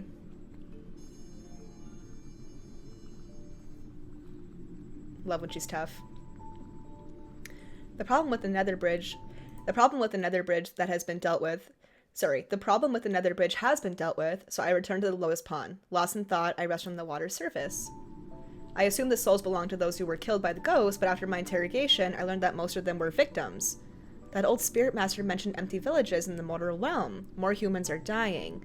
If this is a problem, it's only a matter of time before the Nether realm encounters its own issues. Caleb might exhaust himself. I should check on the mortal realm tomorrow. The thought is barely formed in my mind when a gentle touch brushes against my temple. Oh. Why are you frowning? I heard there was an incident at the Nether Bridge. Did those souls upset you? They're not worth it. I was worried about you. I tell Caleb what I've been thinking about. Look up. I do as he says. I'm confused, but then I see it. The sky looks clearer. Nether Falls is where yin and yang meet. The mixture of their energies stains the sky with the dreamy colors. Some of the mist has dissipated. I can see the stars faintly. Caleb once told me that every cloud in Nether Falls shows how the heaven's yang energy mixes with the Nether realm's yin energy. The clouds aren't as thick. Has Mounting Shoe's array stabilized? I quickly sit up. Caleb, did you repair Mounting Shoe's array? Of course. It was done while you slept as if nothing in the world could wake you. Of course. Even if the mortal realm is headed toward destruction, it won't happen for thousands or tens of thousands of years. The nether realm is safer as well. You don't need to worry. Praise Caleb. You'll always be the most remarkable person I know. I let out a sigh of relief and I wrapped my arms around his neck. What did you use? An artifact? His knuckles are turning blue. Why are you so cold? You haven't visited Mount Dingshu for a long time. Did you forget how cold it is? Meanwhile, bro's wearing like the most little amount of clothes absolutely possible. Okay. In comparison, Nether Falls is warm and pleasant. Was Mount Dingshu always that cold? It is frigid, but other parts of the mountain are freezing. When I mull over his explanation, Caleb rests his head on my lap. Oh, I love when he does that. His arms hold me as if he's carrying a small hand warmer. Are you tired? I should have noticed sooner. Even though he is strong, fixing an array that supports the heavens and the mortal realm must have drained him. I push down my questions and I hold him close. You always know how to comfort me. Why didn't you bring me with you? I could have provided aid. It's because I need you for something else. It's more important than the array. Tell me what it is. I'll do it. He nuzzles my leg. Sing for me. Oh! Oh! Didn't Dragon Silas also want us to sing? Stop. I love that. That's sweet. Oh, that's... Wait. A lullaby would help him rest. Unfortunately, all the songs I know are... When the midnight shadows shake, ghosts cry out from the branches as their bodies ache. Anyone who forgets to return home turns into bones. Don't laugh. I only heard those sorts of things in the mortal realm, okay? And what I sang was the gentlest. Yes. Even a terrifying song sounds pleasant when you're the one singing it. I mean, my innate talent can't even make a melody pleasant. You might not know, but some taverns in the mortal realm have singers who make their voices screechy. They sound awful, and I swallow the rest of my words, but Caleb's already looking at me. So? I suppose you've seen more of the mortal realm than I thought. Maybe you should take me to one of those taverns. I want to hear how terrible those songs are. No, you can't hear them! I cover his face with my sleeve. He already draws too much attention! I can't let him visit a more dangerous place! All right. I'll behave. Okay. Good boy. What? Okay. The lotus pond is quiet. Time passes and I wonder if Caleb has fallen asleep. But then he speaks. You used to sing countless songs. He almost never talks about my past. People always stop to listen. Even the wind. Stop. But you only sang for me. Stop! Sounds like what I do. What were my songs about? Many things. The sky, the land, mountains, rivers, storms, rainbows. Every single wonder in this world. I heard each and every one of your songs. My God. That's why I would... I can't tell if he's too tired or simply refuses to say more. Careful, I ask him. Can you sing one of those songs? I'm not a good singer. What do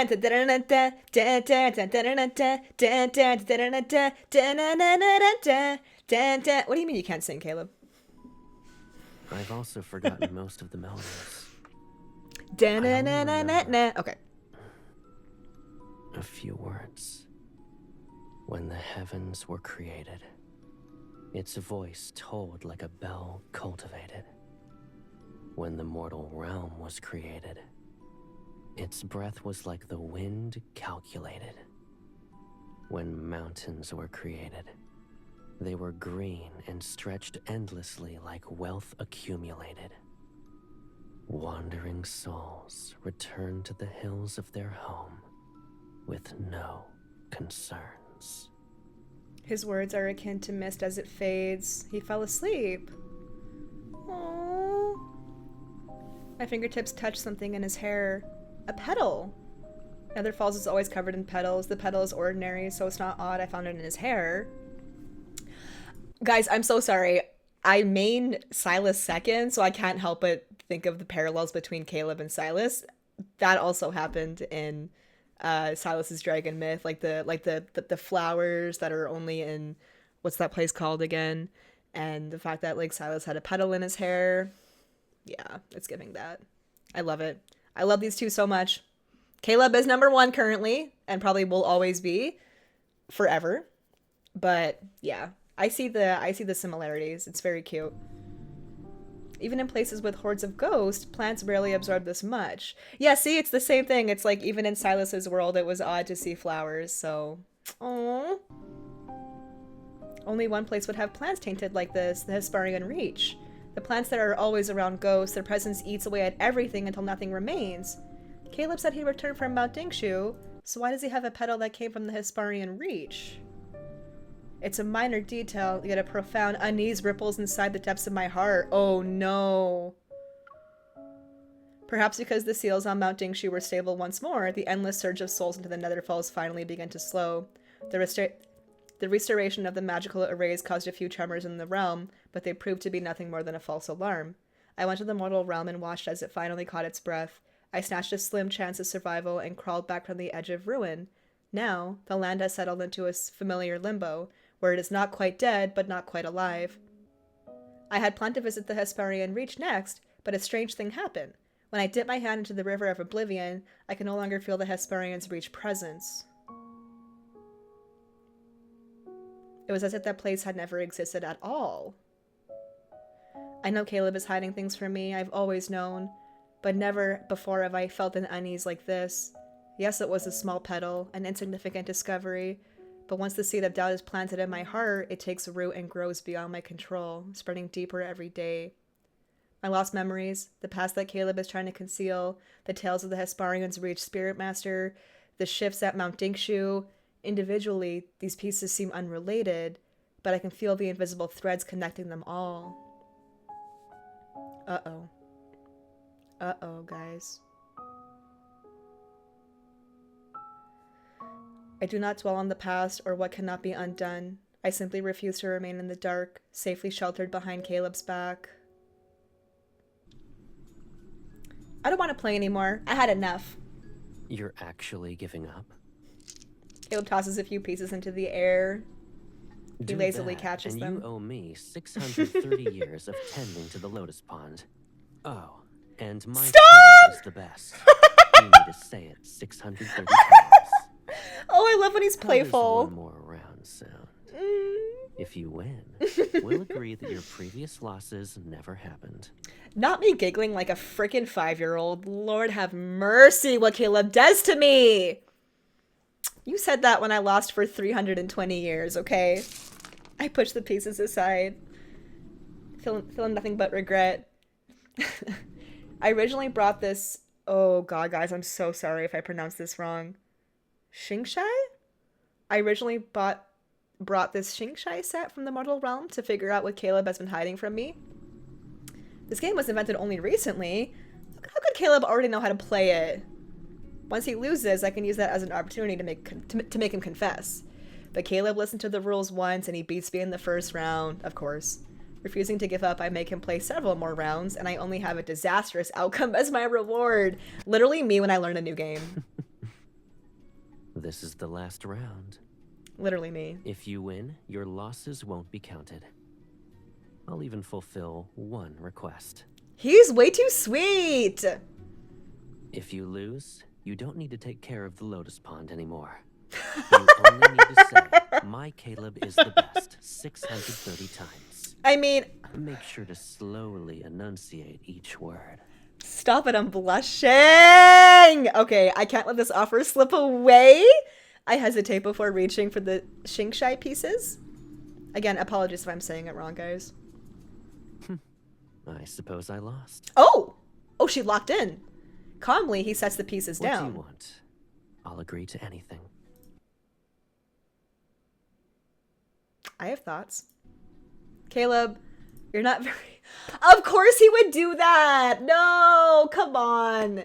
You're not very good at pretending to lose, Caleb. And so long as you're happy, I don't mind a loss or two. Men like this don't exist. Men like this do not exist. You knew I wanted to ask you If I something. didn't notice how obvious it was, I'd be more than a disappointing brother. Then, Caleb, you and I are each other's most important person. No one can understand us better than ourselves. Yes. In the past, the present, and the future, whether we're in the mortal realm or Nether Falls, you've always behaved. You've always believed this to be the case.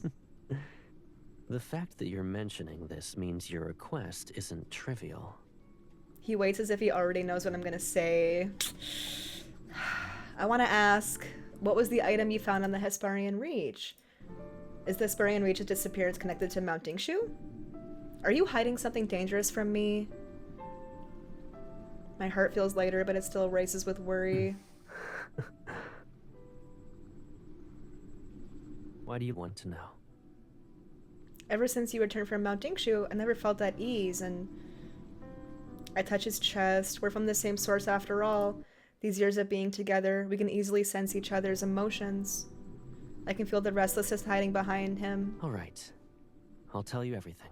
Oh, he looks relaxed as I ask him about what he ate yesterday. As if he looks as relaxed as if I just asked him what he ate yesterday. Wait, he agreed just like that? I even prepared a speech to persuade him. Okay.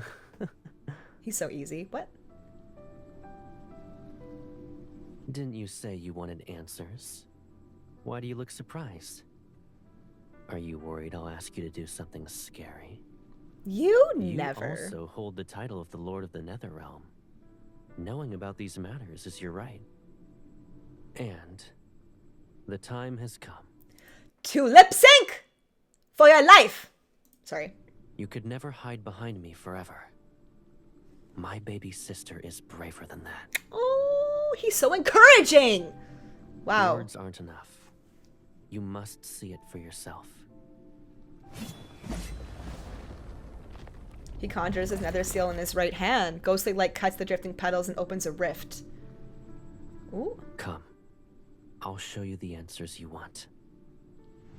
Oh boy, it's gonna get sad, I feel like. Oh, God help us all right now. God help us all. It's dark, it's cold, it's suffocating. Real. Yep, see? As breathing makes my chest burn, something presses against my lips.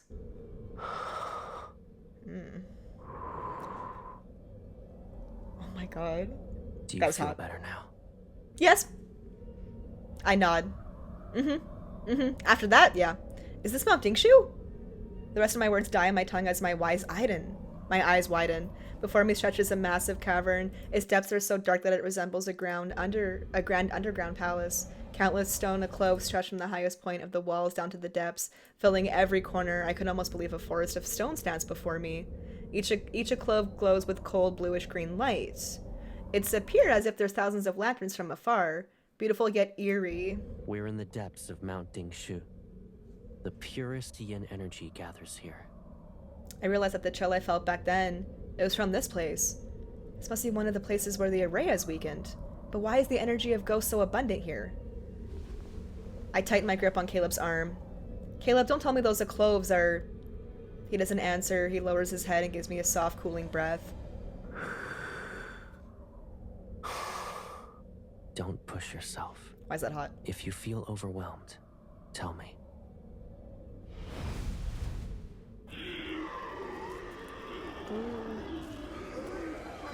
As we pass through the barrier formed by glowing symbols, screams explode throughout the mountains. Twisted claws reach out, the rage and despair trying to crush my chest. Kill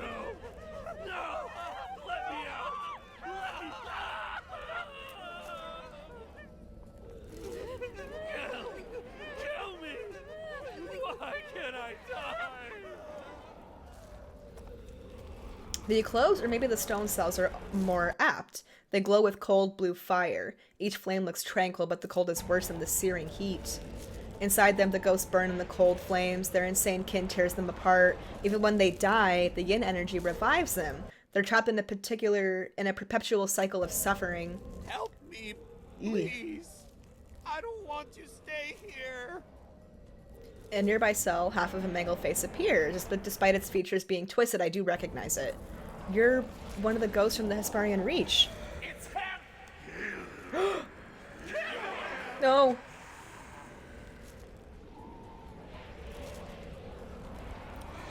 No! Lock him away! Rot like us! The suffering is Not my brother.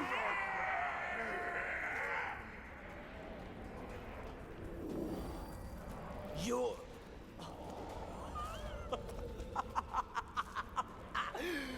Fate delivered you to me! How could I show my gratitude? Those centuries at Mount Dingshu, it was worse than death! Screams and howls bounce off the cavern walls. Caleb, are you using the ghost to keep Mount Dingshu's array intact? The ghost that ate the brides and others before they had been imprisoned here. Why? My question disappears under the sounds. I'm sorry, but I'm distracted by his cake. Okay. Every ghost is pulled back into its stone cell. The yin energy here continues to eat away at the yang energy. If Mount Dingshu's array breaks and yin and yang become unbalanced, this world might become a domain for ghosts. A real purgatory filled with evil spirits. He looks up at his vast, icy prison. It was an accident when I discovered that they can slow the yin energy. For ghosts whose only instinct is to eat humans, this is the most suitable end. How do you know all this? I'm also the Lord of the Netherrealm. It's my fault. I left you behind many years ago. You suffered and lost most of your memories. My goodness. You can ask me anything. I'll tell you the truth. And if you don't want to bear the burden, you can offer it to me. Hatred, pain, despair. I will never let those bitter things approach you again. I want the truth, even if it hurts. We should carry it together. Tell me, Caleb, what happened back then? Was this world truly overrun by ghosts? He doesn't answer, but he pulls me close. Only now do I realize how cold my body is. As warmth returns when I bury myself in Caleb's embrace, I look at him and wait. In the beginning, there were 30 days of darkness in the mortal realm. The sun didn't rise. Then, light finally returned, but it was brought by wildfires. Hills and valleys burned as far as the eye could see. Then there was a drought that lasted for years. With no food and water, humans killed one another. A few ate the flesh of their own kin. And then, the ghosts appeared. Where did they come from? Since yin and yang were unbalanced, calamities corrupted them. Fear, despair, hunger. Twisted thoughts from the living fed that corruption. So it grew. Ghosts appeared one after another, and the world became fragmented. He lets out a cold laugh. Who was the real monster? Those ghosts Good question. were humans. That old spirit master described history, not tales. She remembers, and my brother remembers. I am the only one who forgot. So when Caleb sensed yin and yang becoming unbalanced, and that the calamities might strike again, he started using ghosts to power the array and keep the yin energy under control. Yet I feel as though there's more to this. I try to think, but I soon clutch my head. Maybe I learned too much at once. A fog, it blocks my path towards the truth. A dull ache Does it starts hurt? to throb. Those ghosts' energy is too strong. We can't stay here.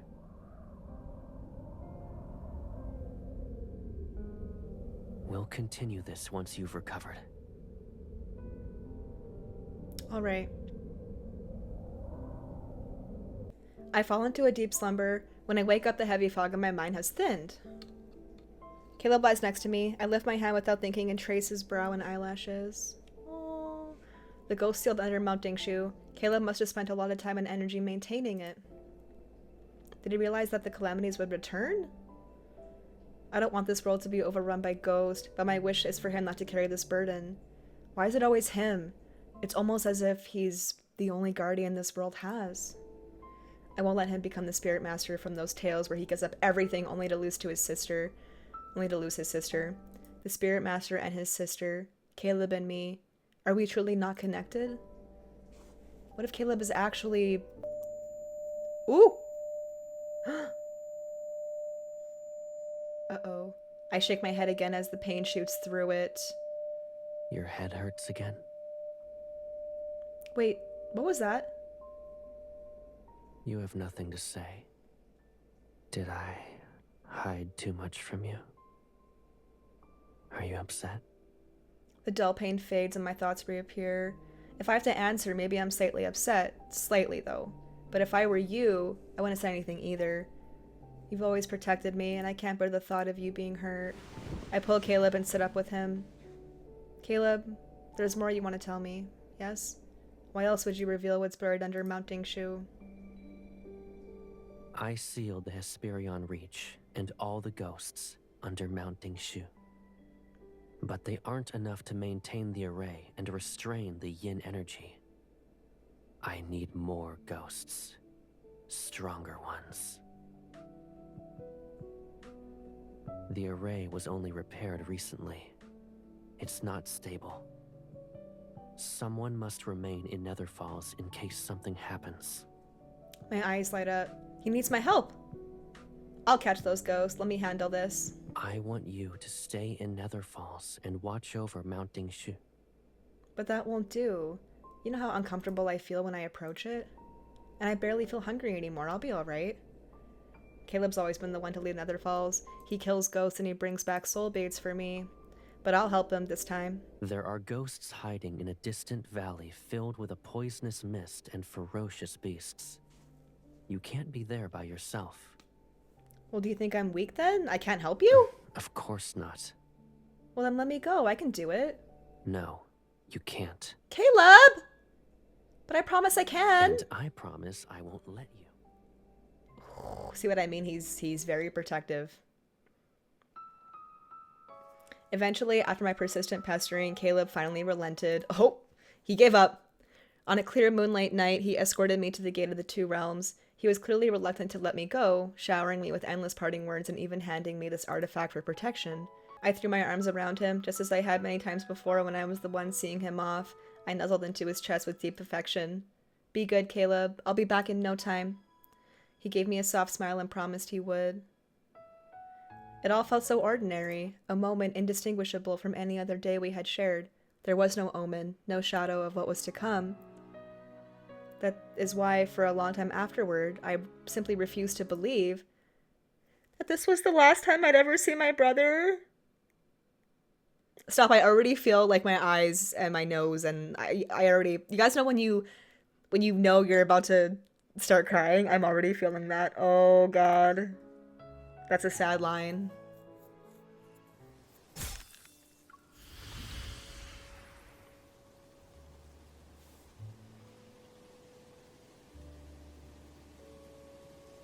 Too weak. These aren't powerful ghosts. The valley is supposed to be dangerous, but it's beautiful over here. It's peaceful. I searched the area for a month only to find a few ghosts, but they're so weak that they turn to ash when my blaze grazes them. I'll ask Caleb when I get back. Maybe he sent me to the wrong place. But this place is beautiful. I should buy some paper and draw the scenery here.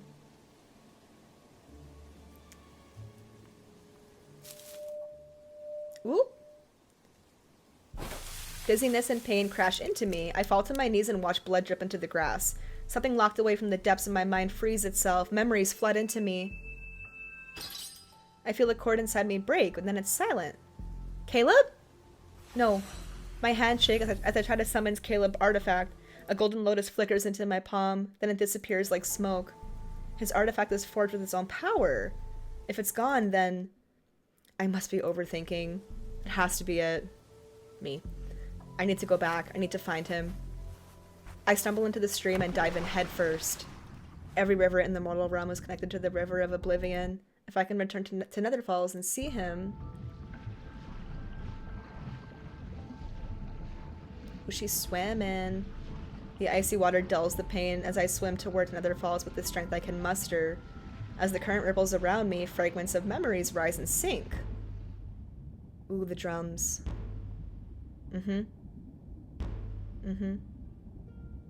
It's coming from the drum of the heavenly decrees.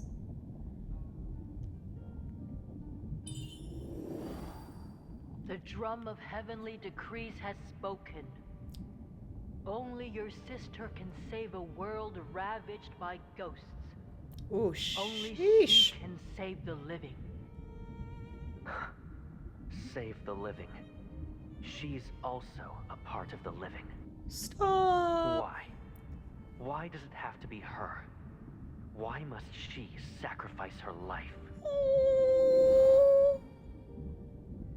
Guys, I cry so easily, I probably will cry.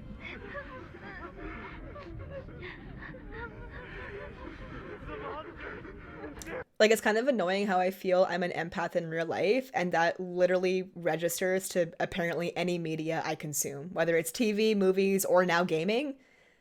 It's like I quite literally feel what they're feeling, and I can't help but just be emotional.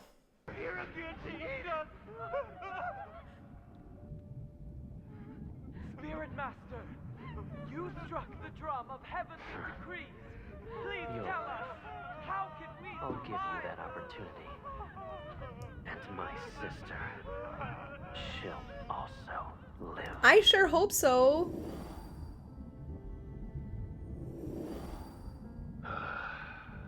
Sir, it's not that I refuse to treat her. You must be well aware of it too. It's not an illness that eats away at her soul. Oh no.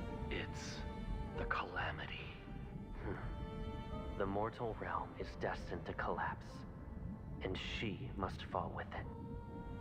How absurd. Through all the sounds and fragments, one voice rises above the rest. I know who it belongs to. It's so familiar that tears well in my eyes. Darkness surrounds me, yet scenes from the distant past appears.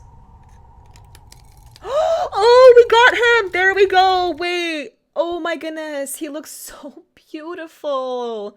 Yay, we got to see it clear! Ugh. Oh, the beads, oh my. Love. Very much like the Chinese banner we had recently. I'd read any of that, guys, sorry. Caleb? Oh, you're so beautiful! You look so good. Oh, the details. Love this. Love this. He smiles softly and his thumb brushes against my You cheek. woke up early. You don't want to sleep for a while longer? No, I slept long enough. I realize how far I've drifted from him, from these memories. There's always something that must be dealt with. I promised I'd make a mask for you, but I never finished it. For the past few days, I rushed to finish it for you. Oh, he sets the mask against my face. It's beautiful and it carries his hands It's warm. better than I imagined. When you're well again, you can wear it while you dance and sing and run through the hills. It'll be just like before. Touch him. I try to touch him, but my fingers only create a ripple. He's gone, and the truth I had buried in the depths of my mind returns. Caleb? Yin and Yang fell into chaos. The mortals suffered and the ghosts roamed the land. 1,000 years ago, or perhaps even further back in the primordial past, the cataclysm that nearly ended the mortal realm reaches its end on a moonless night. The Spirit Master revered by countless souls and their final beacon of hope. Caleb, my brother, my one and only, has left me. Farewell.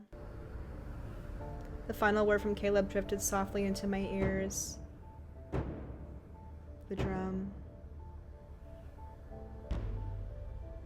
One beat, then another. From the distant Hesperian reach, the drums of heavenly decree broke through the air, their thunderous rhythm rolling and echoing between earth and sky. Every ghost in existence followed the sound. Drawn by the relentless thrumming, they surged like a tide toward the man who was beating the drum.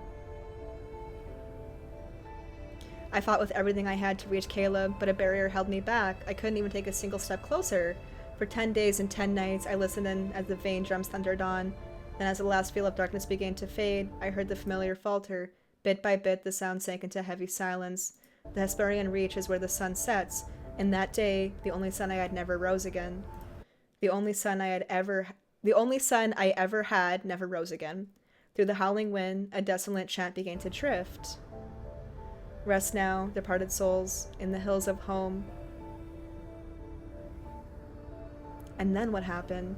It became clear to me that later, if none but the ghost can cross the deepest of Hesperian reach, then I will simply become one of them. Ooh, I will not leave Caleb there alone. Oh, so that's how she becomes a ghost. Okay, it's all tying in now. Okay, that makes sense, that she's the way she is. I will not leave Caleb there alone. Then began the endless slaughter. I killed the wicked and devoured the vile, soaking myself in blood and sin. None of that mattered, though. I didn't want Caleb to wait any longer. I swallowed countless helpings of resentment, agony, and despair, until at last nothing remained but a hollow numbness. Those dark, chaotic days blurred together for so long that I forgot who I was. I forgot why I had even begun to kill. But there is a single thought that remains. I will find Caleb. Wow, 700 years ago.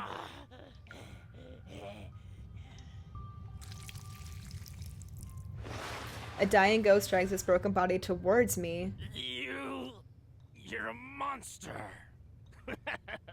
Don't feel proud. You'll die soon. I bet you didn't know that to the west of the Netherrealm, at the Hesperian Reach, there's an immortal who roams and slays ghosts like us. He'll find you and tear... Die already. Literally.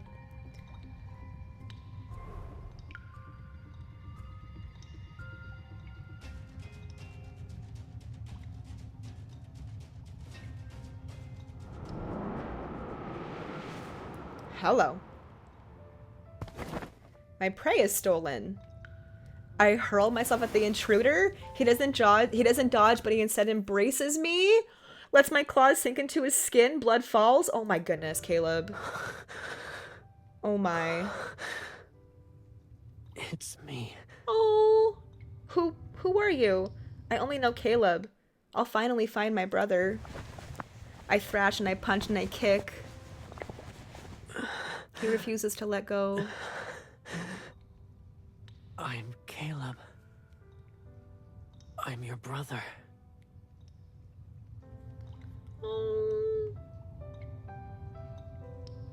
Come with me. Yes. These ghosts taste awful. Wow. I can show you a place with more delicious food. No, who are you? Don't touch me, leave! But he takes every kick and scratch, he even holds me close. I promise I'll never leave you again. Aww.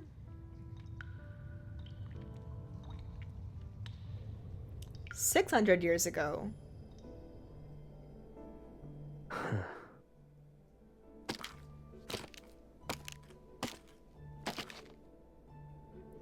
He picks me up. Did I upset you? Is it because I wouldn't let you eat those ghosts? Or do you dislike these beautiful clothes? He hugs me as I snarl and bare my fangs at him. I know it's uncomfortable, but you can't keep eating ghosts. We must break that habit. Oh my god. Behave. Oof. It'll only be a few years. I bite his arm. Girl! I suppose biting me is better than The biting way he a just ghost. takes all the pain, I can't even deal with this. Stop it. 500 years ago. Caleb. Oh! Caleb. Leb? Maybe names are too difficult at the moment. Oh! Like, he's really teaching her how to not be a monster. Oh my! Caleb. This is so cute. Stop it. He guides my hand to his throat, so I blink and I feel the vibrations. Oh. I'm Caleb. Caleb?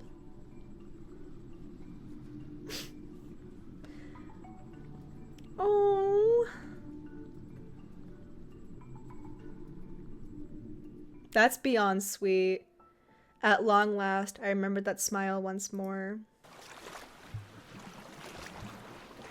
500 years, 400, 300. This was how Caleb found me piece by piece across all that time. As memories surged along my tears, I grit my teeth and swam through the vast waters in the salt of my own grief. Caleb, you promised me. You promised you'd never leave me again. I cannot lose you a second time.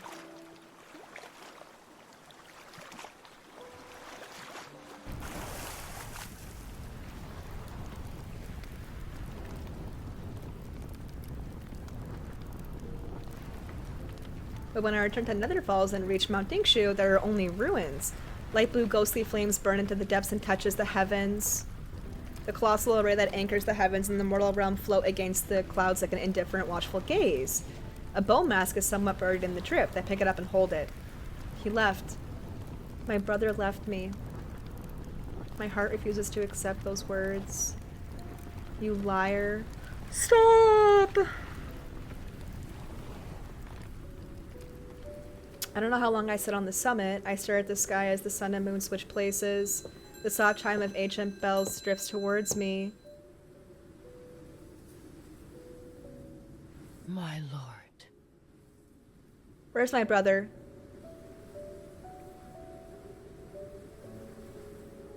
Whoever you are, tell me where he is.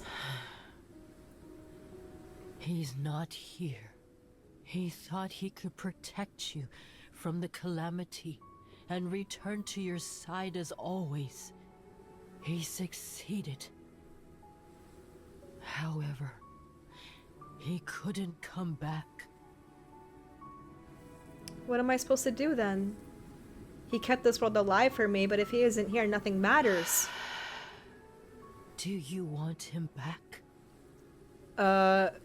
If you agree to do me a favor, I'll help you find him. Well, what is it? Tell me. The dragonfly floats towards me, its wings releasing blue and red mist. Long ago, only the mortal realm existed. There was no nether realm. The drum of heavenly decrees chose you. You are supposed to separate yin and yang as the lord of the nether realm, the very embodiment of the nether realm itself. But Caleb took your place and killed every ghost instead. Then he used his own strength to force the nether realm into existence. It took him centuries. The mist twirls around us like a dream. But yin and yang were never truly separated. Hence why the calamities continue to appear. Only you two can end this cycle.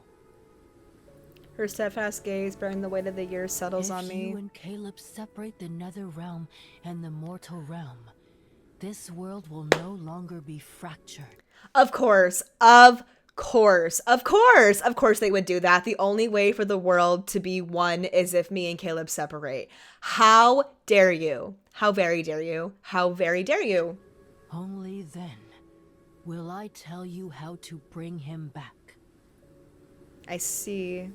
You approached me so we could do our duty to save the world, but why? Why must Caleb and I carry this burden as our fate? Exactly! The heavens sit above us, but they answer to no one. It never saves anyone. And we're supposed to accept that? My lord, You still have a choice. Not a great but one, do you're I? Running out of time. A choice? I laugh and I wipe away. I can't even talk. I laugh and I wipe away my tears. I'll do it. I'll accept the consequences. I already lost him once. Nothing will be more painful than losing him again. Stop. I don't have another choice, but I do still have time.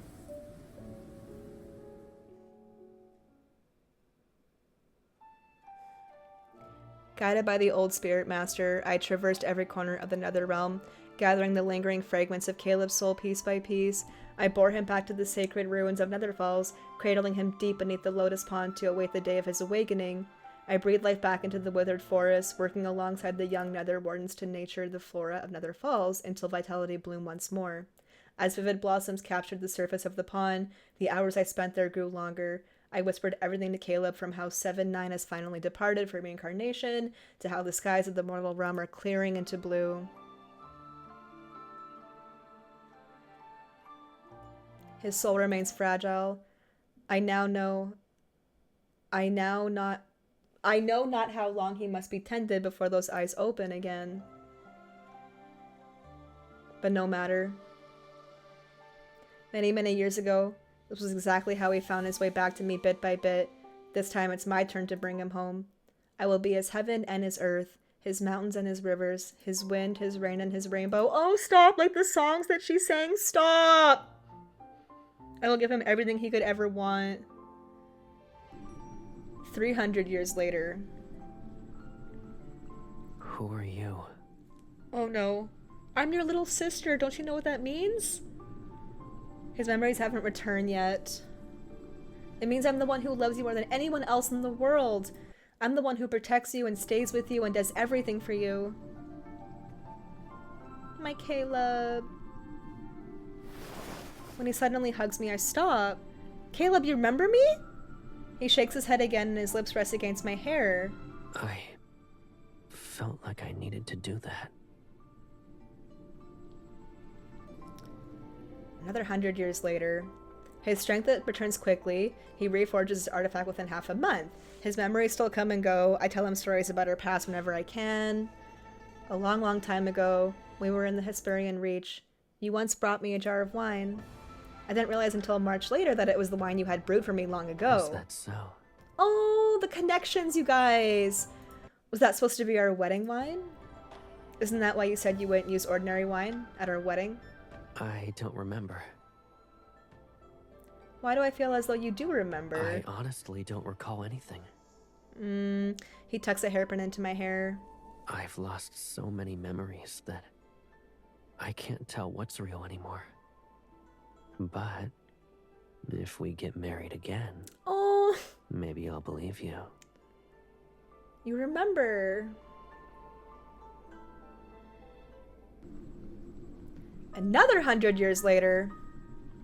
Since Caleb has recovered, the moment I've been dreading has arrived. I must keep my word. By the pond, I tell him about the vow that I made to the old spirit master. I do my best to maintain my composure. I'll stay here, in the nether realm, and send you to the mortal realm. Then yin and yang shall be separated. I wish that we never be apart, but if being together can only bring him pain and lead to his death, I don't think I could live with that heaviness. Caleb is quiet for a long time, then he softly laughs. Why should I live in a world that doesn't have you? If yin and yang are separated and our paths diverge, can I truly live without you? His fingers brush against my temple. Nether Falls is cold and dark. When you're scared, I won't be able to hold your hand. And when the nightmares wake you up, I won't be able to soothe you. You're saying I can't be your brother? You'll always be my brother. That'll never change. When the souls arrive, I'll hear about the mortal realm. That's how I'll know whether or not you're well. And every soul that reincarnates will carry my yearning for you. Oh, I love how MC mentioned yearning. As we all know, Caleb's the king of yearning, so Honey, she yearns for him too. Like, they're so meant to be. Ah! Okay.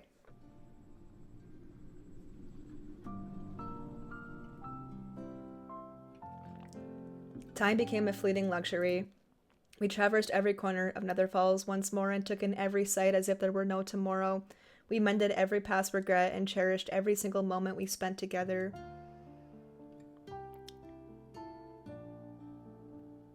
Until at last,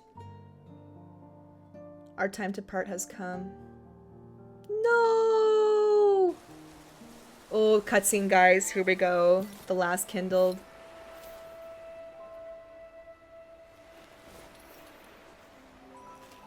Oh. Scared? So long as you're here, I won't be.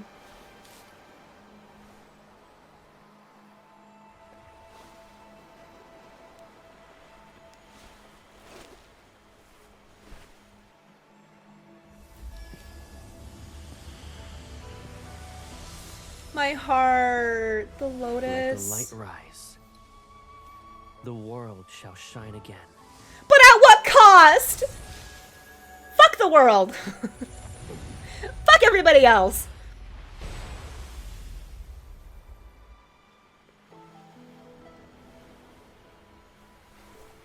Well done. When I return to the world of mortals, I'll protect everything in your place. I won't let a ghost approach you again. I promise. You don't have to do that. You'll always be my big brother. Oh my god, the way he nuzzles, I can't.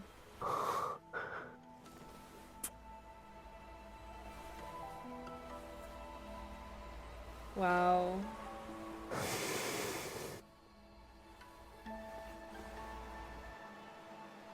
Hug. Caleb. No.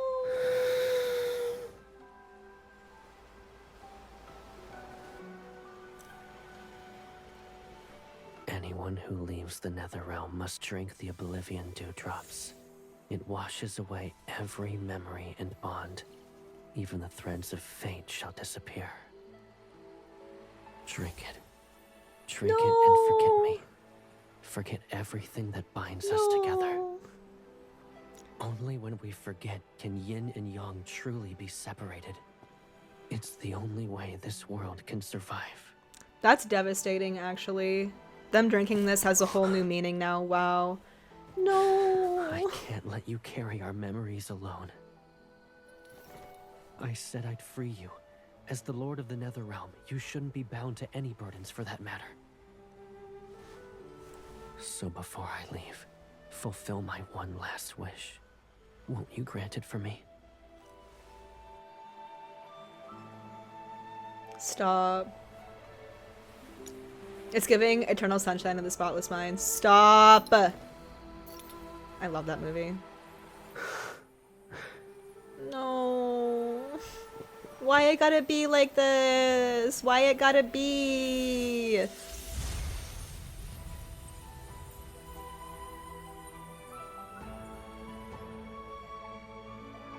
No.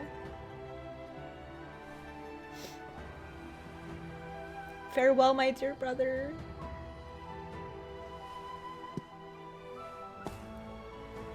Ugh. Stop.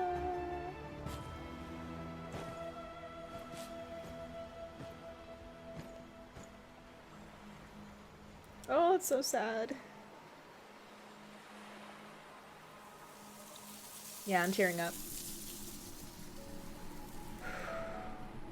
Time has passed. So much time has passed that the river of oblivion has completely dried up. So much time has passed that generations of Nether Wardens have reincarnated one group after another. Why does the Lord visit the Nether Bridge to hear souls talk about the mortal realm? Who's this Caleb she keeps calling out to in her sleep? How come we've never seen him? And why does she protect this lotus pond like it's her treasure? Stop. Stop. Stop. They say the mortal realm is beautiful once more. Peace has touched every corner, and there are touching stories of love and loss. I can't see it myself, but I know that I can't even, guys, I can't even read. Woo, get it together. Okay. I can't see it myself, but I know that the Nether Wardens are more perceptive than the previous ones. They also like to ramble. The bridge is livelier now. You died recently, yes? What's the Mortal Realm like now? It's even more beautiful. Humans have built large, grand temples for the Mortal Realm's ruler, and... Yeah, good for you guys. Someone rules the world of mortals? Doesn't the Nether Realm have its own lord? Of course there's someone ruling the Mortal Realm. He fills every temple with dozens of portraits. They all depict the same person, and she looks exactly like...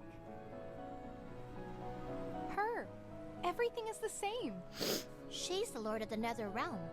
It's impossible for her to be related to whoever rules the Mortal Realm. I can't help but laugh. So Caleb and I have been separated for so long that this world has almost forgotten about us.